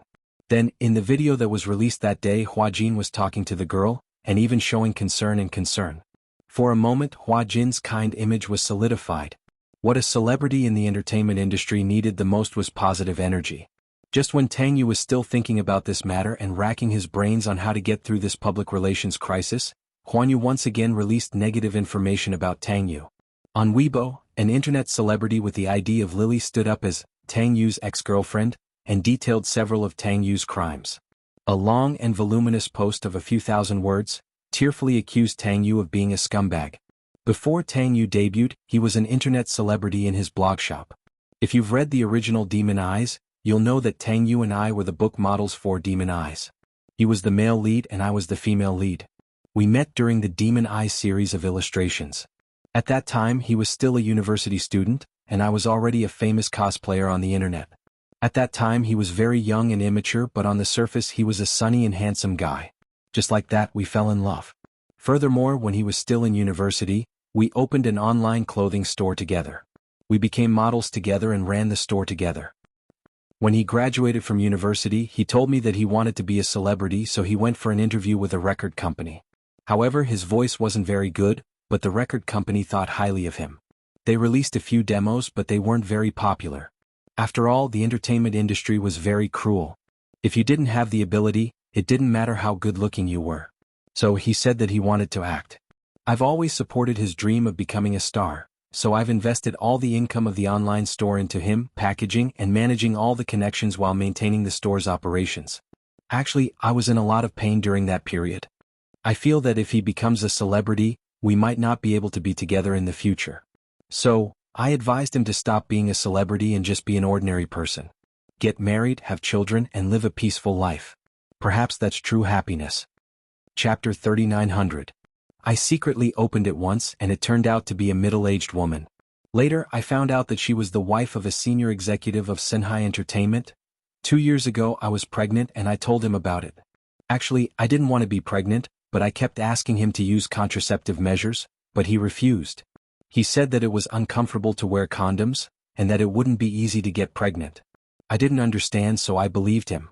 He asked me to have an abortion and he acted like he was in pain. But I accidentally checked the chat records and he said that I was trying to kill him by getting pregnant. It was also at that time that I found out that he was having an affair with a lot of big shots in the entertainment industry. I didn't understand at that time. It wasn't until after we broke up that I found out that he was willing to accept the unspoken rules in order to become famous. His partner was the artistic director of Shanghai Entertainment. I met the director once and he was a man in his 40s. I couldn't accept this fact. When we broke up, I chose to have an abortion. During the abortion, I suffered a massive hemorrhage. When I was taken out of the operating room, I was in a daze. I didn't even know that my uterus had been removed by the doctor. When I woke up, my mother was by my bedside, crying and apologizing to me. Because of the massive hemorrhage, in order to save my life, they had no choice but to remove my uterus. Since then, I couldn't have children. I permanently lost the right to be a mother. I hated him. For a long time after that, I fell into this pain. I was also troubled by depression for a long time. I didn't understand what was the meaning of living. I felt like my life was ruined by Tang Yu. And he successfully signed a contract with Shanghai Entertainment. Of course, he must have paid a big price for this. But what did I do wrong? My mistake was that when I was in love, I was too stupid. I always indulged him, spoiled him. Whatever he wanted, I tried my best to get it for him. When I was running the online store, he almost didn't help me. He owned half of the store's shares. At that time, he invested tens of thousands as a deposit. Other than that, the rest of the investment was from me. Even so, I was still willing to share the shares with him. Perhaps love makes people blind. But what I'm most unhappy about is that he didn't hurt me at all. I saw the girl jumping off the building. That nightmarish memory came back to me again. I stood up, not to ask for an explanation, but to tear off the mask of this so-called quality idol. In fact, Tang Yu isn't the perfect person you think he is. In addition to accusing Tang Yu of crimes, the ex-girlfriend also released one piece of information after another. The equity book, the prospectus, the photo with Tang Yu, the pregnancy diagnosis, the report of the hemorrhage during the abortion, and the information about the depression. Everything was available. His chat with Tang Yu was also published. For a moment, Tang Yu's image changed beyond recognition. This incident had attracted the attention of almost everyone, and it was unprecedentedly popular. Not because Tang Yu was a scumbag, but because of his extremely bad character. It was clearly her own doing, but she actually pushed all the blame onto Hua Jin. Chapter 3901. Hua Jin was innocent, but Tang Yu had splashed a basin of dirty water on him and made him take the blame. Tang Yu, on the other hand, was enjoying everything that didn't belong to him. Unforgivable. At one point, it aroused public anger among the netizens. Ban Tang Yu.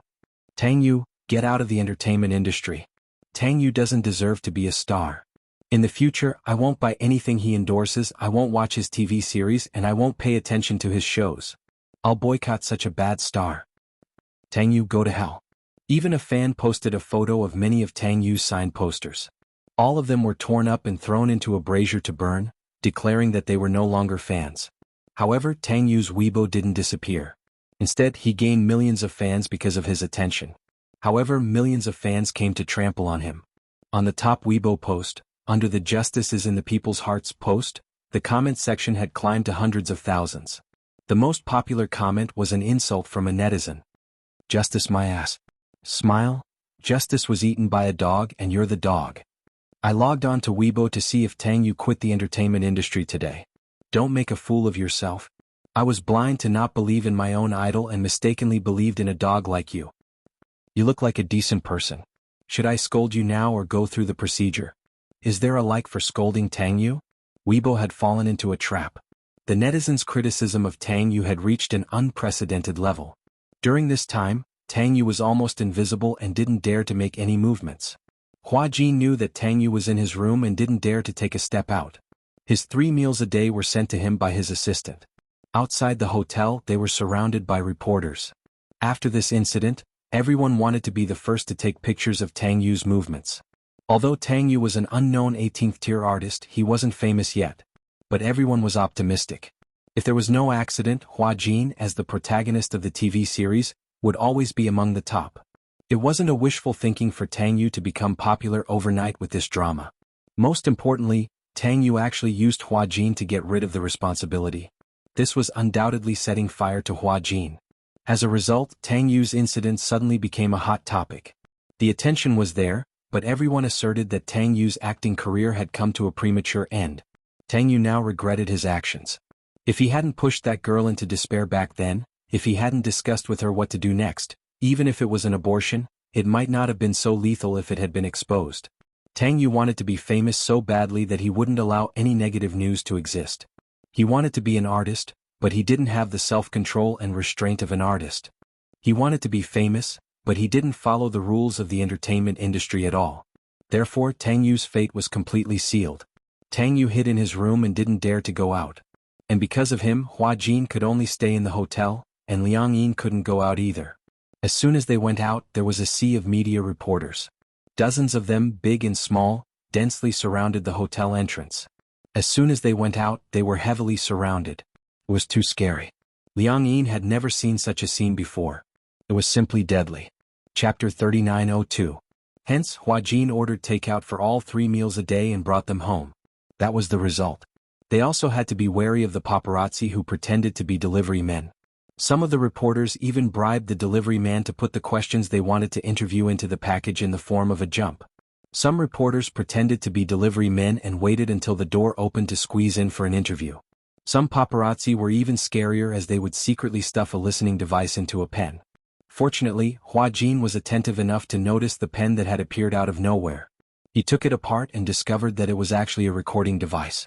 Liang Yin was completely frightened. She felt like there were countless pairs of eyes staring at her. She was always on tenterhooks. She didn't expect that being a celebrity was such a painful thing. In addition to rushing for the schedule, she often couldn't rest well. On the surface she looked bright and beautiful. But at such a critical moment she had to fight against the paparazzi all the time. This was simply like the rhythm of a spy movie. These paparazzi must be excellent spies and secret agents if they were placed in the war-torn era decades ago. Hua Jin was already used to it. This kind of thing was common in the entertainment industry. He had long been used to it. Liang Yin couldn't sleep well these days. The crew also suspended the filming. The director's team and the executives were discussing the issue of Tang Yu's departure. On the internet, many netizens even threatened to boycott Tang Yu. If Tang Yu's role wasn't deleted or replaced, they would resolutely not watch it. Some people even held a vote in favor of Tang Yu's withdrawal from the cast.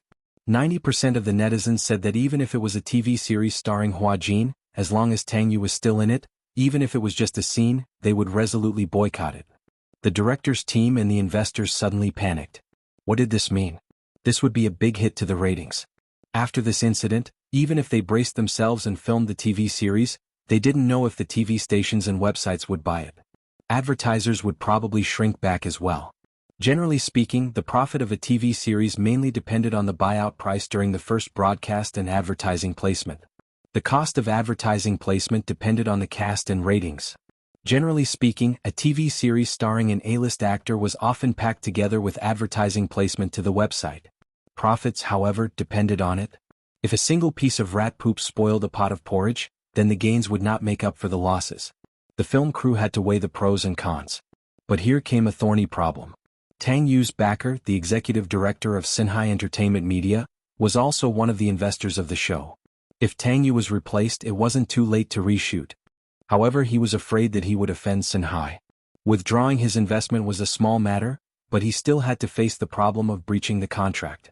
Tang Yu's personal image problem affected the crew's filming, which was considered a breach of contract. However, if the crew replaced Tang Yu without Sinhai's consent, it would be considered a breach of contract, and the penalty would be very high. As a result, after a meeting, not to mention the director's team, even Sinhai's investors directly requested to kick Tang Yu out. The higher-ups were furious. Sinhai originally threw in a lot of capital to support Tang Yu, but in the end this kind of thing happened. Chapter 3903. One was a ruined artist, the other was an investment worth hundreds of millions. Which one was more important? Sinhai's higher-ups calculated in their hearts. No matter how they thought about it, they still couldn't bear to risk such a high price. They had to cut their losses in time. This was what a capitalist was like. The termination notice was sent all the way to Tang Yu's room. In addition to the verbal notice, there was also a termination document. Tang Yu could only bite the bullet and accept it. If he didn't buy it, then his image would collapse, affect the crew's reputation and ruin Sinhai's image. This penalty fee was definitely not to be underestimated. He couldn't afford it, so he could only let Sinhai terminate his contract. Even so, the advertising income and signing fees that he had earned since his debut were going to go down the drain. This scandal was simply a disaster. Not to mention the loss of his reputation, his future was completely ruined. Tang Yu was unwilling to accept it. Why? Why did it go down like this? He subconsciously pushed this blame onto Hua Jin. That night, in the dead of the night, Liang Yin had just finished showering and was lying on the bed looking at her phone when the doorbell rang urgently. She was a little nervous, thinking that Hua Jin had something to do with her. She quickly rushed to open the door, but she didn't expect that it was Tang Yu standing at the door. Before Liang Yin could react, Tang Yu squeezed in through the crack in the door, locked the door behind him, turned around, grabbed her collar and pressed her against the wall. It's you, isn't it? You're the one who wants to kill me? Tang Yu angrily accused and questioned, but it confused Liang Yin. These few days she had been living in isolation. She didn't know what happened at all, nor did she know that Tang Yu was removed from the crew. Tang Yu, on the other hand, hated the idol to the bone. Everyone knew about Huan Yu's actions online these few days, and Hua Jin was an artist under Huan Yu. It must be Hua Jin's counterattack. Of course, he blamed all of this on Hua Jin. This matter was supposed to be settled. Tang Yu said angrily, "You and I are different. Even if you have such a scandal, even if you lose fans, there will still be countless fans supporting you. But what about me? I just debuted and don't have a strong foundation. If something like this happens, I will definitely die. Why do you want to harm me? Why do you want to implicate me?" Liang Yin listened for a long time and finally figured out why Tang Yu was looking for her. It was actually because of this matter. Liang Yin was also infuriated. Previously, her feelings for Tang Yu might be complicated to say. After all, Tang Yu was her idol. Although she knew about Tang Yu's past, her feelings for him were still complicated. She liked him but also felt disappointed and lost. It was just that he did not expect Tang Yu to be so excessive and push all these things to Hua Jin. Liang Yin said angrily, "What does this have to do with flowers? What does this have to do with me? Is that child mine? Did I do that?" That day she was squatting in the corner of the hotel. Why did you ask her? If you didn't ask her, the media wouldn't have made an issue of this matter at all. Yes. I did it out of kindness. I cared about her. So, is my kindness my fault? Chapter 3904. She got pregnant because of you but you shut her out. Is life so worthless to you? Until now you haven't repented for your first love. You don't feel guilty at all and you're blaming it all on me. Did I do this? If you're a man, you have to take responsibility for your own actions. What kind of man are you to push the blame onto someone else? Tang Yu said angrily, "How am I not a man? Who knows that the child in her stomach must be mine? Who can prove it? I only did it once with her. How can she get pregnant after just one time? If she could get pregnant after just one time, why didn't anyone else get pregnant but her?" Liang Yin was even angrier. "You're not just one scourge?" Scourge? How is that a scourge? It's them who want to do something with me. I'm just fulfilling their wishes. God knows how many people are jealous of them. Not everyone gets to have intimate contact with their idols. Tang Yu arrogantly thought that the fans were lucky to be in close contact with him. It was their blessing. He even thought it was a gift, a charity. Liang Yin was completely stunned. How could she know that Tang Yu actually saw all of this as a gift? In her anger, she subconsciously blurted out, "Who do you think you are? Do you think you're a god? Tang Yu, don't overestimate yourself. You're just an artist, a celebrity. The fans like you because you bring positive energy to them." But they didn't expect that what they saw was just an illusion. Your fans are so pitiful. To fall in love with an idol like you, they're really feeding their passion to the dogs. Tang Yu was so angry that he laughed. Hua Jin, what right do you have to say such things? Who do you think you are? You're just a celebrity. To put it nicely, you're an idol. To put it bluntly, you're just an actor. Yes, you've never slept with a fan. You're pure, you're noble. But don't think I don't know that you were sold into the entertainment industry by your father. Before you debuted, you were just a waitress in a bar. How clean do you think you are? You're dirtier than me. I slept with a fan, you're an old man's mistress. Liang Yin's face suddenly turned serious and she said in a deep voice, "Watch your mouth." What? You're still unwilling to face what you've done? Liang Yin was so angry that her eyes turned red. She slapped Tang Yu hard on the face. Shameless. Tang Yu's face was slapped to the side. He turned back in disbelief and glared at him. You're not even willing to admit what you've done. How dare you say I'm shameless? No matter what, Hua Jin will always be nobler than you. After a pause, Liang Yin continued, no matter how bad it is, he won't play with his fans and he won't treat his fans' sincerity like dirt. He wouldn't humiliate his fans like this. Yes, ha. Who doesn't know you have a lot of fans? Who doesn't know that you have tens of times more fans than me? A few hundred times? Or even thousands of times? If you really want to play with them and sleep with them one by one, you won't be able to take care of them one by one. Seeing that Tang Yu's words were getting more and more outrageous, Liang Yin was so angry that her whole body trembled. Just then the doorbell rang. It was hurried, accompanied by occasional knocks on the door. Chapter 3905. Hua Jin, who was in the next room, heard the noise and thought that something had happened to Liang Yin. Just now, when she was arguing with Tang Yu, the vase on the table fell and made a noise. It didn't break, but it caused a lot of noise. Hua Jin heard it and rushed over. Liang Yin? Liang Yin, are you there? What happened? Liang Yin opened the door. It's Hua Jin. Tang Yu was stunned. Liang Yin's body also froze. Tang Yu looked back at the door and then looked back at Liang Yin, feeling incredulous. He recognized this voice. Wasn't it Hua Jin's assistant? Why did she call Hua Jin Liang Yin? Tang Yu didn't react. He wouldn't think about it in any other way. Liang Yin pushed him away and walked to the door. She tidied up her messy clothes and opened the door. Hua Jin rushed in all of a sudden. Before he could say anything, he saw Tang Yu standing to the side. His clothes were a little messy. Then he looked at Liang Yin's body. There were obvious traces of wrinkles on her collar. He wasn't stupid. He immediately guessed what Tang Yu was here for. Bastard. Hua Jin cursed and rushed over. He raised his leg and kicked Tang Yu in the stomach. Tang Yu groaned and sat on the ground. Hua Jin lunged over and grabbed him by the collar. Tang Yu didn't know how the girl in front of him, who looked gentle and weak, could have so much strength. He didn't expect it. On the side, Liang Yin finally came back to her senses. She walked over and held Hua Jin's hand. She said anxiously, Hua Jin, don't be impulsive. Calm down, don't do anything. Hua Jin didn't look at her. Instead, he asked Tang Yu coldly, what are you doing in her room? It's none of your business. Tang Yu shouted defiantly, no matter how down and out I am, it's not up to a mere assistant like you to lecture me and question me. Bang. Without a second thought, Hua Jin punched him in the face. Fortunately, he found out in time and rushed over when he heard the commotion. If he was late, he didn't know what Tang Yu would do to Liang Yin.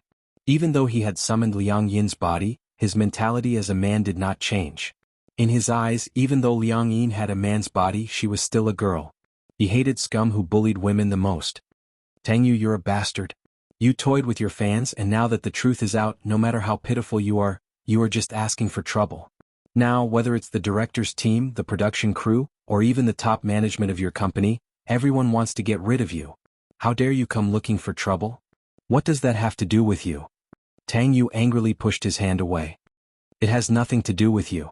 This is a matter between me and Hua Jin. It's not up to you to interfere.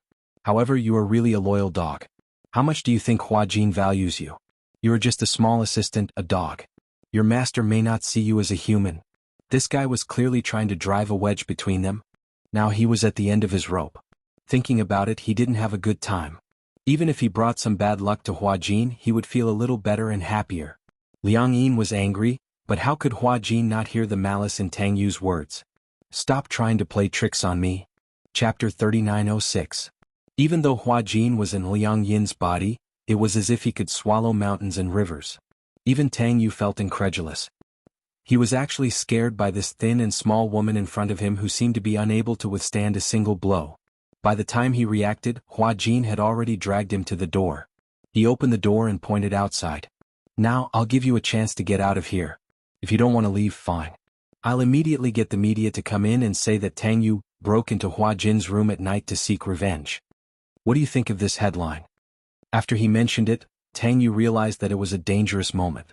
If he ran to the door and attracted the media reporters, then he wouldn't be able to leave even if he wanted to. Tang Yu gritted his teeth and scolded angrily, "You're ruthless." With that, he stood up, straightened his collar and walked away. He knew that he had completely offended Hua Jin, so he didn't have to say anything nice anymore. On impulse, he wanted to find Hua Jin to reason with him and vent his anger. In the end, he saw Liang Yin, who was Hua Jin at that time, leisurely enjoying her leisure time in the room. When he thought about how he was so embarrassed to hide from the media, he felt that it was very unfair. Why? Why is it that Hua Jin has so much dirt on him? Why does it feel like he can still thrive while I can't make it in the industry anymore? Everyone made mistakes.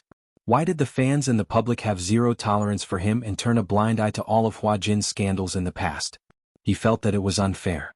He didn't realize that the nature of his mistake was different from Hua Jin's. Liang Yin walked to Hua Jin's side and checked him up and down. "Are you okay?" Hua Jin shook his head. "I'm fine. He didn't hurt you?" "Humph, you're underestimating me." Hua Jin stretched his muscles and put on a "I'm brother Hua" posture as he said arrogantly, "It's just a skinny Tang Yu. What can he do to me?" "Haha, you're so skinny. I don't feel like I have any meat on my body. I'm all bones. Even if I punch him, it'll be light." After a pause, Hua Jin said worriedly, "What about you? How are you? Did he make things difficult for me?" Liang Yin said angrily, "What do you think? If he didn't come to make things difficult for me, why would he knock on my door?" When Hua Jin heard this, he couldn't help but flicked her forehead. Liang Yin held her forehead in pain and glared at him. "What? Will you open the door for anyone who knocks?" "I thought it's you? Why are you banging on the door so urgently? Can't you look through the peephole? What if it's a reporter?" "I thought something had happened. During this period of time, I've been on tenterhooks. I thought something had happened again." "You're hopelessly stupid. You don't even have your guard up." Hua Jin walked to the sofa and sat down. He instructed, "Next time, make sure you see clearly who's standing at the door before you open the door. Being a celebrity is dangerous. Don't let an anti-fan sneak into the hotel and stand at the door. What if you don't see who it is and get splashed with sulfuric acid when you open the door?" Chapter 3907. That's because you know too little. Hua Jin continued, "Many anti-fans are very resourceful. Moreover, some of them are scumbags. They are all negative energy. Moreover, no one knows what ridiculous things they will do in the next second." Liang Yin was very curious when she heard this. "Looks like you've encountered anti-fans taking revenge on you before?" "Of course." When Hua Jin mentioned it, he was actually a little proud. "After all, I've died once." "That's so exaggerated. What happened?" "I remember in the past, when I took part in a program, I met a fanatical fan backstage who claimed to be my loyal fan. She gave me a bouquet of flowers and a bottle of water. When I saw how enthusiastic she was, I didn't suspect anything and drank it in one gulp. When I drank it, I felt fine. But after a while, I felt that something was wrong." When Liang Yin heard this, she was so nervous that her heart clenched up. "What happened?" "That person put superglue in the water." "Superglue?" Liang Yin's eyes widened. "If that thing is mixed in the water, it's very deadly." "Yeah." Hua Jin nodded and said, "After that, I didn't think much of it. Because I would never have thought that someone would put superglue in a drink." "When you drank it, didn't you feel that something was wrong?" "I just felt that the taste was a little off. There wasn't any sticky part of it like glue. It might have been diluted by something." Hua Jin continued, "After that, I wanted to go back to the resting room. On the way back, I suddenly blacked out and fainted. After that, I don't know what happened. When I woke up, I was already in the emergency room. I was in a daze and was forced to vomit. Anyway, I was tortured until I was half dead before I managed to pull through. Hua Jin could no longer remember how painful it was in the resuscitation room back then. Everyone thought that he wouldn't be able to pull through. He didn't even realize how dangerous his situation was. He didn't even know how he ended up in the emergency room. At that time, his manager was standing outside the emergency room, panicking. The doctor told him that he had swallowed the superglue and that his life was in danger. The manager was scared half to death. The previous bottle of drink was sent to the police for identification. According to the extracted substance, it was found that it was mixed with a high concentration of superglue. At the same time, the anti-fan who pretended to be a fan was quickly arrested by the police. In the operating room, Hua Jin went through a lot of pain. Fortunately, he was rescued in time. In the end, it was announced that he was out of danger. Later on, he found out that the procedures that were carried out in the operating theater before this were gastric lavage and vomiting induction. He drank the drink mixed with glue. After an investigation, it turned out that the anti-fan was dissatisfied with Hua Jin's rising popularity. She was a fan of another male celebrity. It was all because Hua Jin had played a game with that male celebrity on a show. Because it was a sports game, Hua Jin's motor skills were quite good. It was a crushing victory. She was so angry that she came up with this plan. This incident caused a huge sensation. And that male celebrity couldn't withstand the pressure of public opinion and came forward to apologize. Chapter 3908. Fortunately, I'm in good physical condition, so I got through it. But, Hua Jin raised his eyebrows.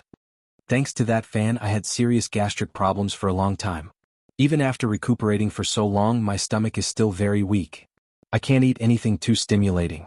When Liang Yin heard this, she frowned. How could something like this happen? Before that, I wouldn't have thought about it. I also wouldn't have thought that there would be such a hateful person like an anti-fan.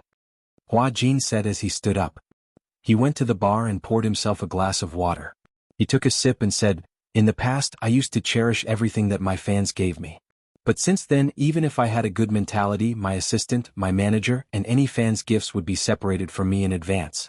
If it's a drink, food, or snack, they would throw it away directly without looking at it.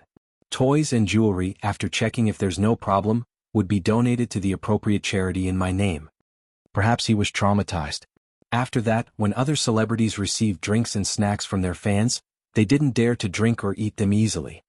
Never underestimate a person's darkness. Hua Jin glanced at Liang Yin and couldn't help but lecture her. Do you know that Tang Yu is under a lot of pressure from public opinion now? It could be said that his acting career was most likely ruined. What if he resents you and wants to take revenge on you? Liang Yin didn't think much of it. Just take revenge. Hua Jin couldn't believe it. Why are you speaking so casually?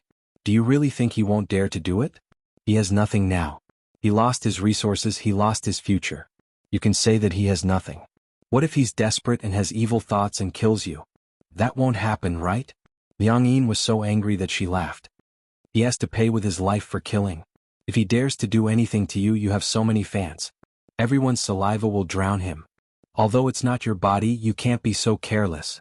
Hua Jin said angrily. You have to protect yourself, okay? Liang Yin nodded guiltily and mumbled, I know. In the future, I will pay attention and protect myself well. Yes. Only then did Hua Jin feel more at ease. He wasn't making a mountain out of a molehill. The entertainment industry was just a vanity fair. It was foul and there was no one there. Tang Yu had been eliminated from this circle. Who knew what he would do? Hua Jin was still worried, so he called Qin Zhou and asked him to send 2 bodyguards to protect Liang Yin. Qin Zhou agreed, saying that he would make arrangements immediately and that he could rest assured. Hua Jin hung up the phone and saw Liang Yin staring at a place in a daze. He asked suspiciously, What are you thinking about? Liang Yin regained her senses and smiled stiffly. Oh, it's nothing. I was just in a daze. Don't tell me you're feeling sorry for her? What's there to feel bad about? I feel sorry for your idol. After all, didn't you used to like Tang Yu a lot? Liang Yin sneered contemptuously. It's because the more I liked him, the more disappointed I was. The more I liked him, the more I thought I was ridiculous. How could I fall in love with such a scumbag and see him as a positive energy idol?